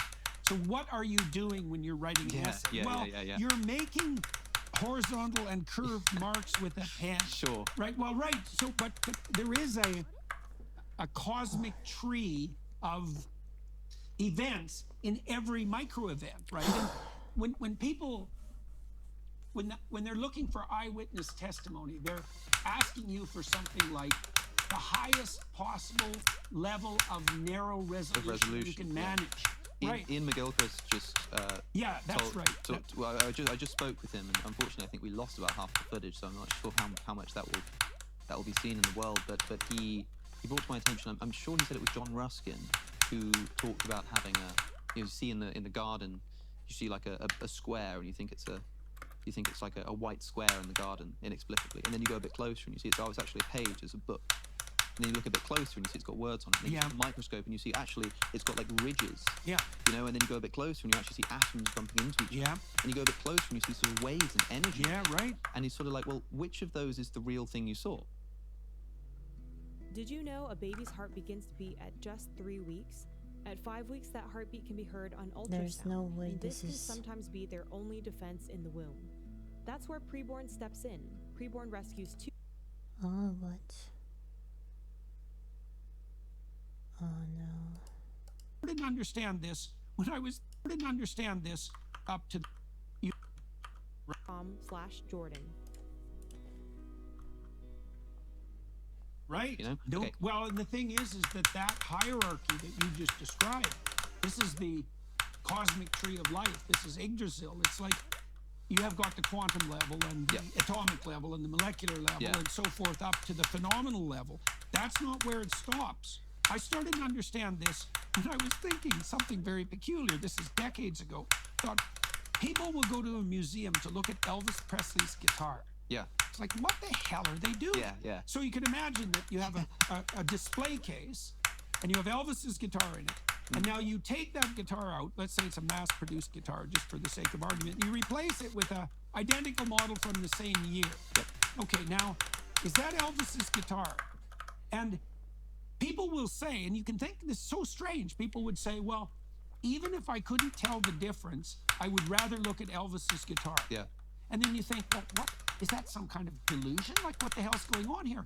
No, the answer is, this is what Duchamp was on about when I think it was Duchamp, who put the urinal in the art gallery. Right. That's right. What he was pointing to, and it was brilliant, was that much of what we perceive as concretely real is actually dependent on a hierarchical context that isn't part of the apprehension of the object. So when you go to see Elvis's guitar in a museum, the perception is informed by the context. It's like, well, you're an Elvis fan and you know a lot about Elvis history and you know that this is Elvis's town, and the object itself partakes in that higher order unity. That's the unity that extends off to heaven.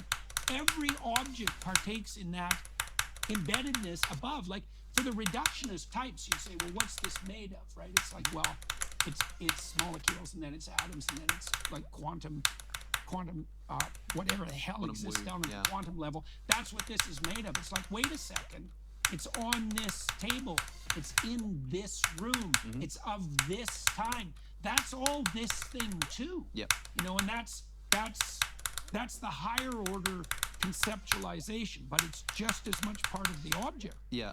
And a reductionist view doesn't take that into account, and that's a big problem. I think it's true that, looking at Ruskin's book, piece of paper, it would be silly to always say, well, what's that in the garden over there? Oh, it's a bunch of atoms bumping into each other. Right. That would be ludicrous. Right. Well, sure. that's also, so back to our discussion of Darwinian utility. Yes. It's like, well, it's the wrong level of But functional look, analysis. surely it would also be inappropriate to do the opposite. That is like to always think at a higher resolution than people are obviously sort of practically trying to.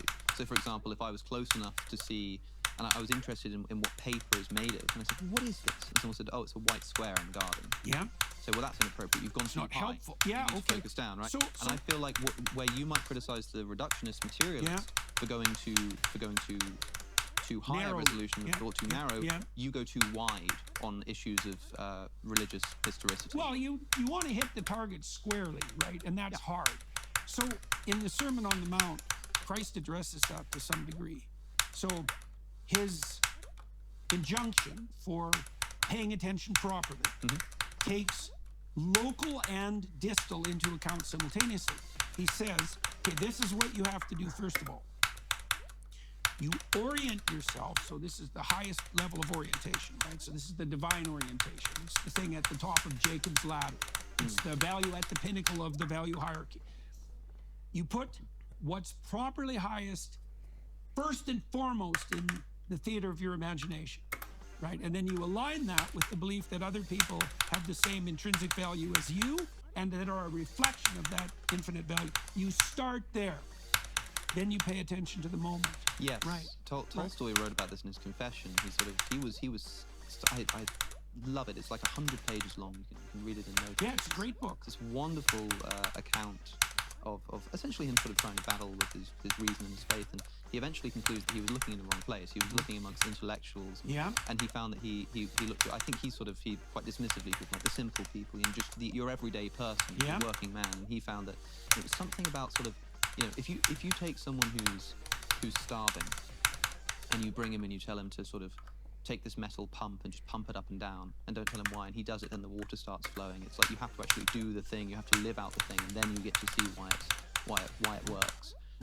So it's, I understand that. I think that's probably true. He also says, Tolstoy that is, in that same account, that he found that there was an exactly inverse correlation between the specificity of an answer and like the importance of the question. I can tell you exactly how many molecules are in that glass of water. Who cares? Right, it's not relevant. And the more the question becomes about, humanity, human life, the important stuff, the less specific the answer necessarily has to become. So I understand there is a So you alluded there to or indicated the relevance of value for perception, right? You nailed it with that observation, because as you pointed out, any phenomena can be analyzed at multiple levels of the hierarchy that it exists within. Okay, so what makes the choice of level of analysis appropriate? Well, it's something like, it is something that's akin to Darwinian utility. It's something like that. You can think about it less abstractly, is that you want the level of resolution that gives you maximal functional grip in relationship to your pursuit. Absolutely. Okay, so what's your pursuit? Well, two questions. What is your pursuit and what should your pursuit be? Well, your pursuit's necessarily nested inside a hierarchy of pursuits. And when I said that God is the, what would you say, the ultimate pursuit that sits at the apex of the progression of pursuits, that is Jacob's ladder. That's what that's indicating in that vision, is that every act of perception unites earth and heaven. And the perception itself is invisibly dependent on whatever it is you're worshiping. But like, here's one problem, right? So that's very comical. Because I think I see what you're saying, and I hope, what I tried to do in making that video essay about your religious views, and I suppose I wasn't, the main thing I was trying to do was sort of offer an interpretation, trying to get to grips with it, and I hope that you feel as though at least I'm making an effort here to really try and get what you're thinking at. One problem is that, in the early church, there was a debate around the physicality of Jesus' resurrection.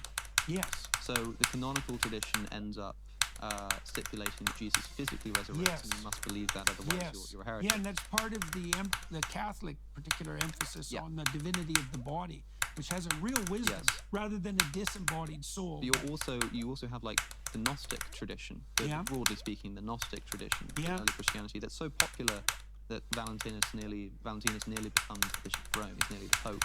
Yeah. You know? And there's I talked about this the other day, and I should have looked it up. I can't remember which church father it was that was telling the church community, the early church community, when you go to a new place, don't ask to be taken to the Christian church, ask to be taken to the Catholic church, because otherwise you might end up in a Gnostic church. It was so popular. Right. And a lot of the Gnostic tradition says that the thing that's being gotten wrong is the idea that there was this literal resurrection. Right. No, the kingdom of God is here and now. The resurrection is inside of you, and you attain it through gnosis. I mean, the Gospel of Thomas, which is probably the most famous non-canonical gospel, and could have been written at the same time as like the Gospel of John. This is an early text. Doesn't even mention the resurrection. Doesn't mention a crucifixion. It's a list of sayings. Yeah. And the very form of that book, as one scholar whose name I've forgotten, unfortunately, he pointed out, of that collection shows that these people believe that the thing that's important is not what Jesus did, but what he said. The thing that's important is the knowledge. The thing that's important, right. And so this resurrection stuff sort of doesn't matter. Now the thing is, in that early church community, somebody who said, well, this question of like the resurrection as a physical, historical event, that you're kind of missing the point. The thing that matters is like, the resurrection that takes place inside of every person. Yeah. It sort of sounds a little bit like the kind of approach that you would take. Now, if that's true, that would mean that in the early church, you'd have been condemned as a heretic. Yeah. So when a modern Catholic says to you, Jordan Peterson, are you a Christian? What do you think about Catholicism? I think that the reason that they're interested is because if it's true what I'm saying, then they would have to say, I suppose, at least according to my understanding of Catholicism, that's a form of Gnosticism. I can't count you among my number. Yeah. And so I think that's probably why people are interested. And I wonder if you agree. What would you say? That would constitute a genuine form of inquiry, for sure. And I wonder if you feel like you're. I don't know. See, one of the things I really like about the bodily tradition of the resurrection is that it. See, what it does that's so remarkable is that it doesn't desacralize the body. And that's very, very important. I think the fundamental problem with Gnosticism is that it becomes it's very easy for it to become a doctrine that's contemptuous of the body and contemptuous of the material world. A great deal of the Gnostic tradition literally believes that the material world is created by an evil demiurge. Right, exactly. Right? Well, exactly.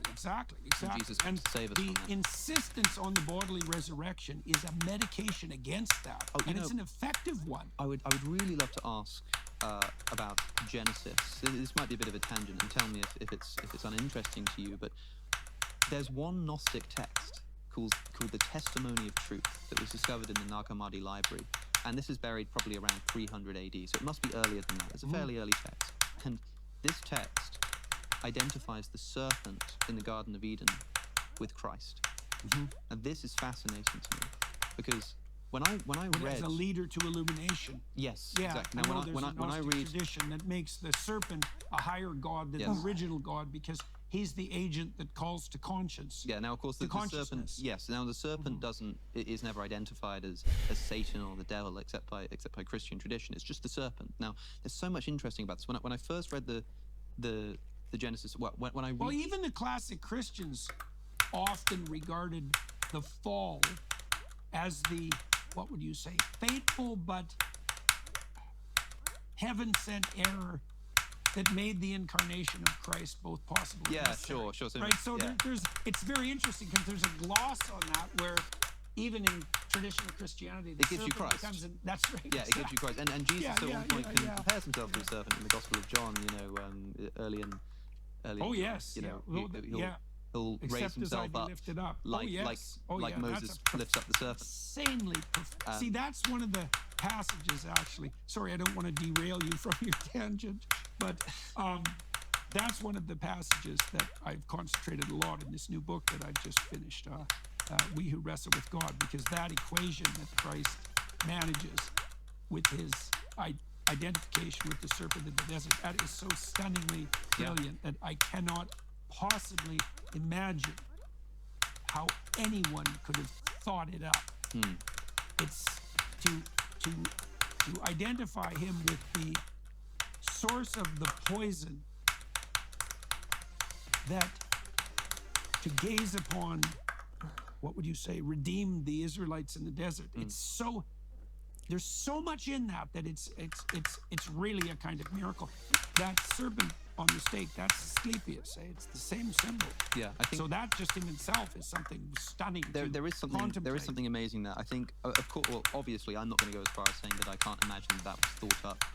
Maybe not by somebody. It's complicated with the Bible, of course. And there's a lot to say there. I mean, the author of the Gospel of John is obviously a sort of theological genius in the way that the authors of the Synoptic Gospels at least weren't as much. So you know, it's believable to me that could be the case. But besides the point, because that's another complicated thing to talk about. When I first, it wasn't the first time, but the first time I really tried to read the Genesis account of the Garden of Eden. I was doing it in the service of sort of producing a video. I want to revisit the story, make sure I sort of understand it properly. I'm reading this text, and God says, you can eat of any of the trees, but not the tree of the knowledge of good and evil. And immediately you think to yourself, well, why not? You know, why wouldn't? And some people like to say, oh, it's because that's actually, by eating of the tree of the knowledge of good and evil, you get to dictate morality. But it doesn't read like that to me. It reads to me like knowledge of good and evil. Let's just take it at face value to start with. So why not, God? Why not? Well, we're not told, but don't do it, because in the day that you eat of it, you shall surely die. Yeah. Now the serpent comes along, and the serpent is described as more cunning than any of the animals that God created. Yeah. I don't speak Hebrew, unfortunately, but where it says, you know, for example, more cunning than any of the beasts that God had created. That could mean of all of the beasts that he created, or more cunning than the beasts that he had created. Almost as if this is a being in the garden that God himself didn't actually create, or God isn't sort of connected to in the same way. Because why is the serpent there in the first place is a question that's worth asking. Okay. That's for sure. So you have the serpent, and that word, cunning. I thought to myself, well, what does that mean? So I looked it up, and it's the word like arum or arum. I don't know how to pronounce it, but I looked elsewhere in the Old Testament, and it's used in a few different ways. You know, it means cunning, it means subtle. Subtle, yeah. Throughout Proverbs, it's used consistently to mean sensible, to mean prudent. And so there's one reading of this. You know, now the serpent was more sensible than any of the other beasts of the Garden of Eden, and he comes to Eve and says, "Did God say that if you eat of that tree, you'll surely die?" And she says, "Yeah, no, that's what he said." And he says, "You will not surely die in the day that you eat thereof." God just knows that you'll become like him, knowing good and evil, and he doesn't want that.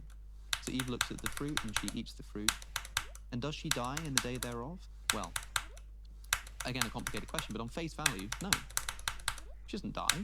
She gives them to Adam, he doesn't die. And what does happen? Well, God says to them, or God says, now they have become like us, knowing good and evil. They must be banished from the garden, so they do not outstretch their hand and eat from the tree of life. So it seems to me that you've got this serpent who could plausibly be described as the most sensible of the animals, telling Eve seemingly the truth. The people who regard Milton's Satan as an admirable revolutionary tend to have the same attitude towards the serpent in the garden. Yeah. It's a very complicated issue, because even to the degree that the serpent is an agent of Lucifer, which I think is an extraordinarily profound reading and overlay on that initial story. I think it's remarkable. Lucifer is the bringer of light, right? Yeah, the spirit of enlightenment. Jesus himself is referred to as Lucifer at one point in the gospel, which is quite a fascinating side note. I guess the question is, like, illumination to what end? I do think that the interpretation that you rejected with regard to the consumption of the fruit of the knowledge of the tree of good and evil is moral presumption. It's the sin that Nietzsche suggests to everyone as the medication for the death of God. We have to define our own values. Yeah. It's like, no, we can't. But it's knowledge of good and evil, you know. Yeah, but it's more than that. It's the consumption of the essence of moral knowledge itself. It sounds to me that, like, I can never, you know, contradicting exegesis. So like that may be the case, but if I read this text naturally, if I just say, well, like, how does this naturally read to me? Yeah. It reads to me like you have, and that's why I brought it up, because you consider this Gnostic tradition, right? The evil demiurgic creator of the universe, and like you have, and the author of the Testimony of Truth says, what God is this? What God is this that firstly, condemns man for wanting to eat the tree of the knowledge of good and evil, and secondly lies to him about what's going to happen when he does, and recognizes, and we're missing like 50% of the text, like it's ripped to shred. These Gnostic texts, it's fascinating. Yeah. I think the Gospel of Judas spent about 30 years in the safety deposit box in New York City, and he destroyed the whole thing. It's a fascinating story. But so we don't know for sure, but there's a point where it seems to identify this serpent with Christ, with Jesus. And reading that, I'm like, that makes a lot of sense to me on a surface reading of Genesis. The ambivalence about the human rise to self-consciousness, right? Is that a good, or is that something good or something evil? Because why does God then say, now they've become like us, knowing good and evil, they must not be allowed, we must banish them, lest they reach out their hand and eat from the tree of life? Yeah.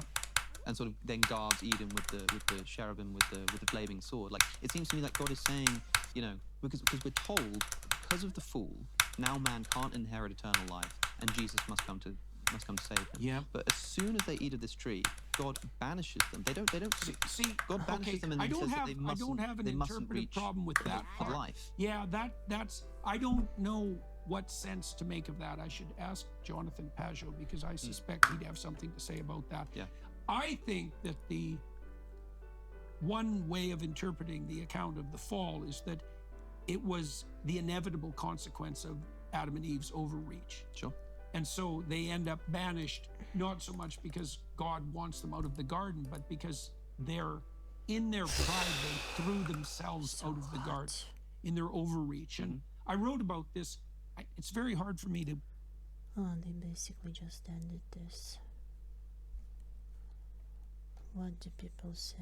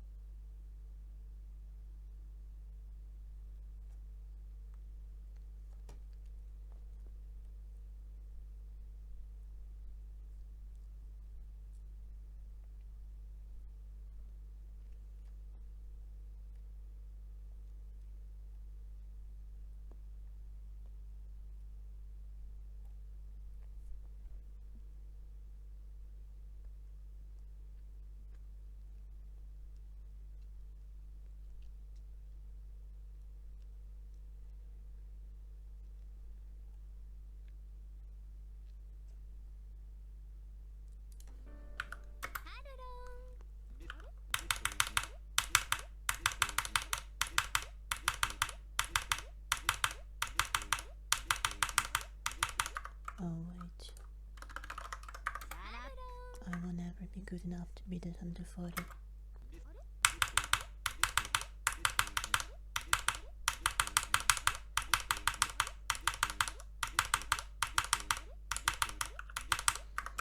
And now my ship falls down without me realizing what I'm doing wrong.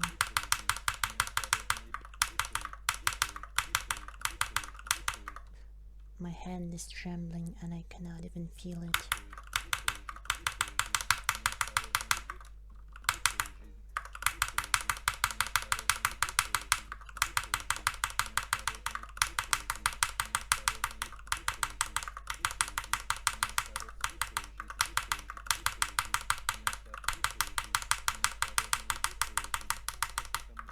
Chigamo.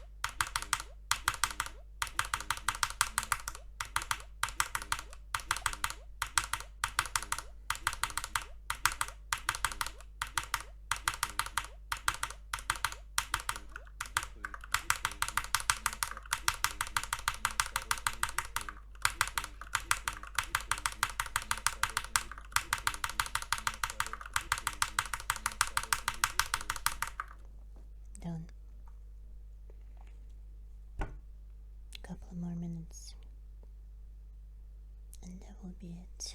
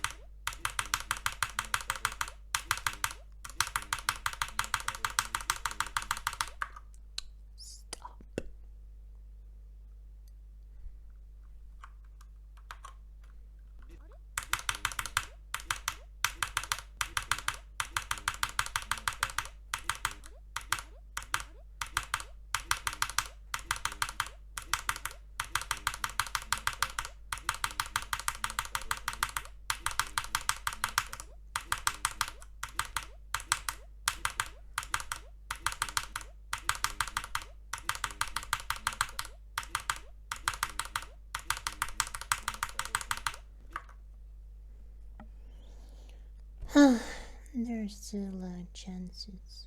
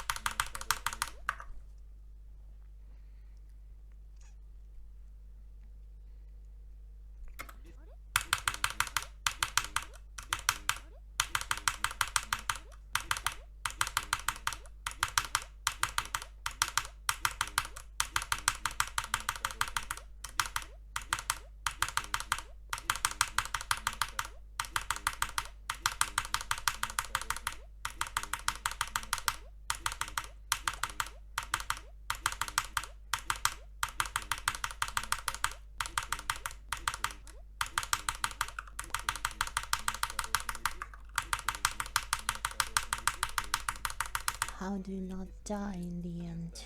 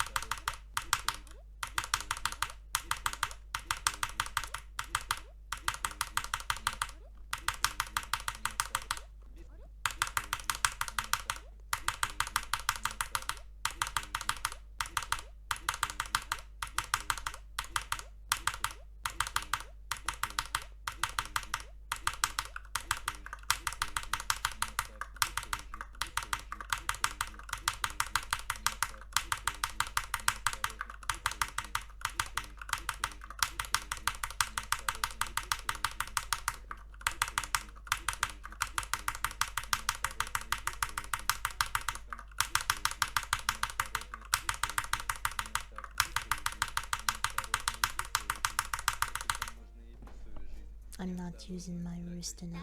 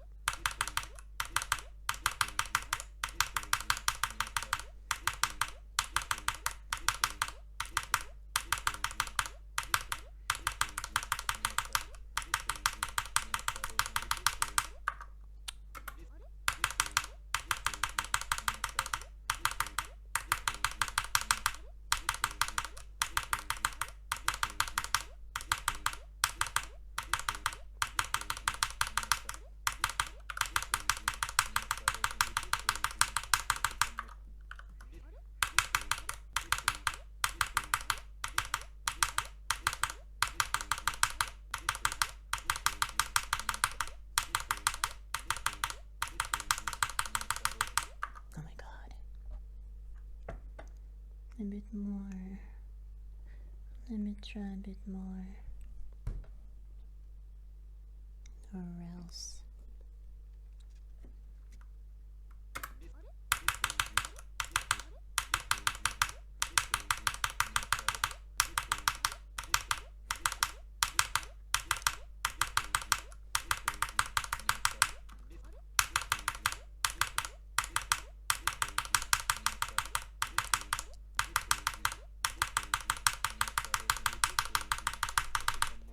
That worked.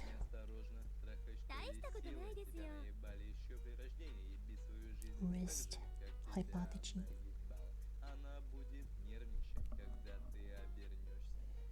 I don't know how many new attempts I have.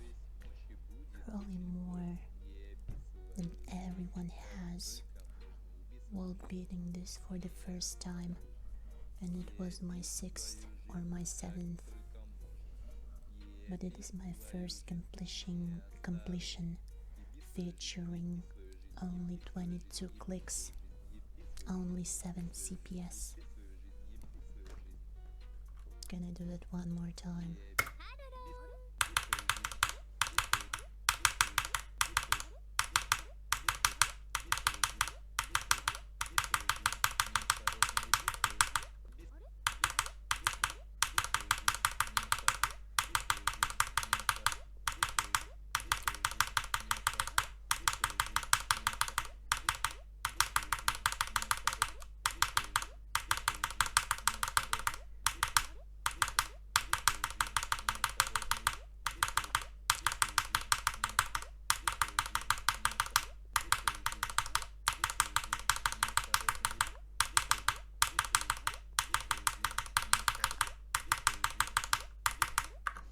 Now I need to rest.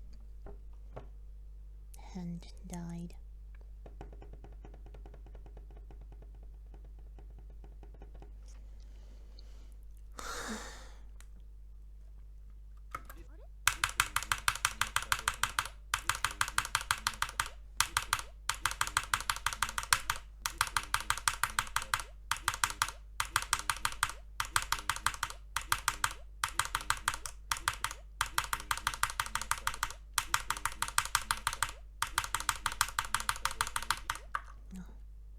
Malfunctioned.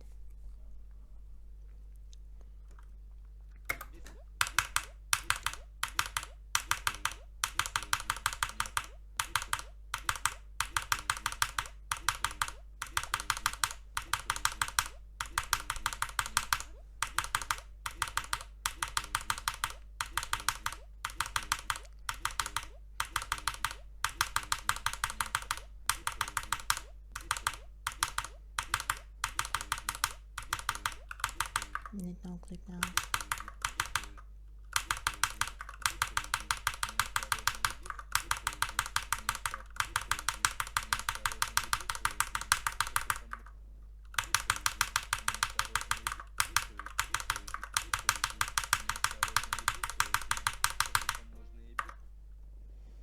Rest. Oh.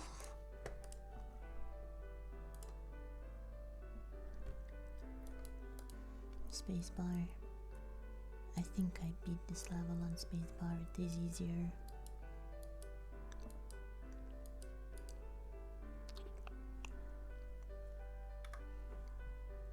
If I didn't, I certainly did so on shift button or enter button.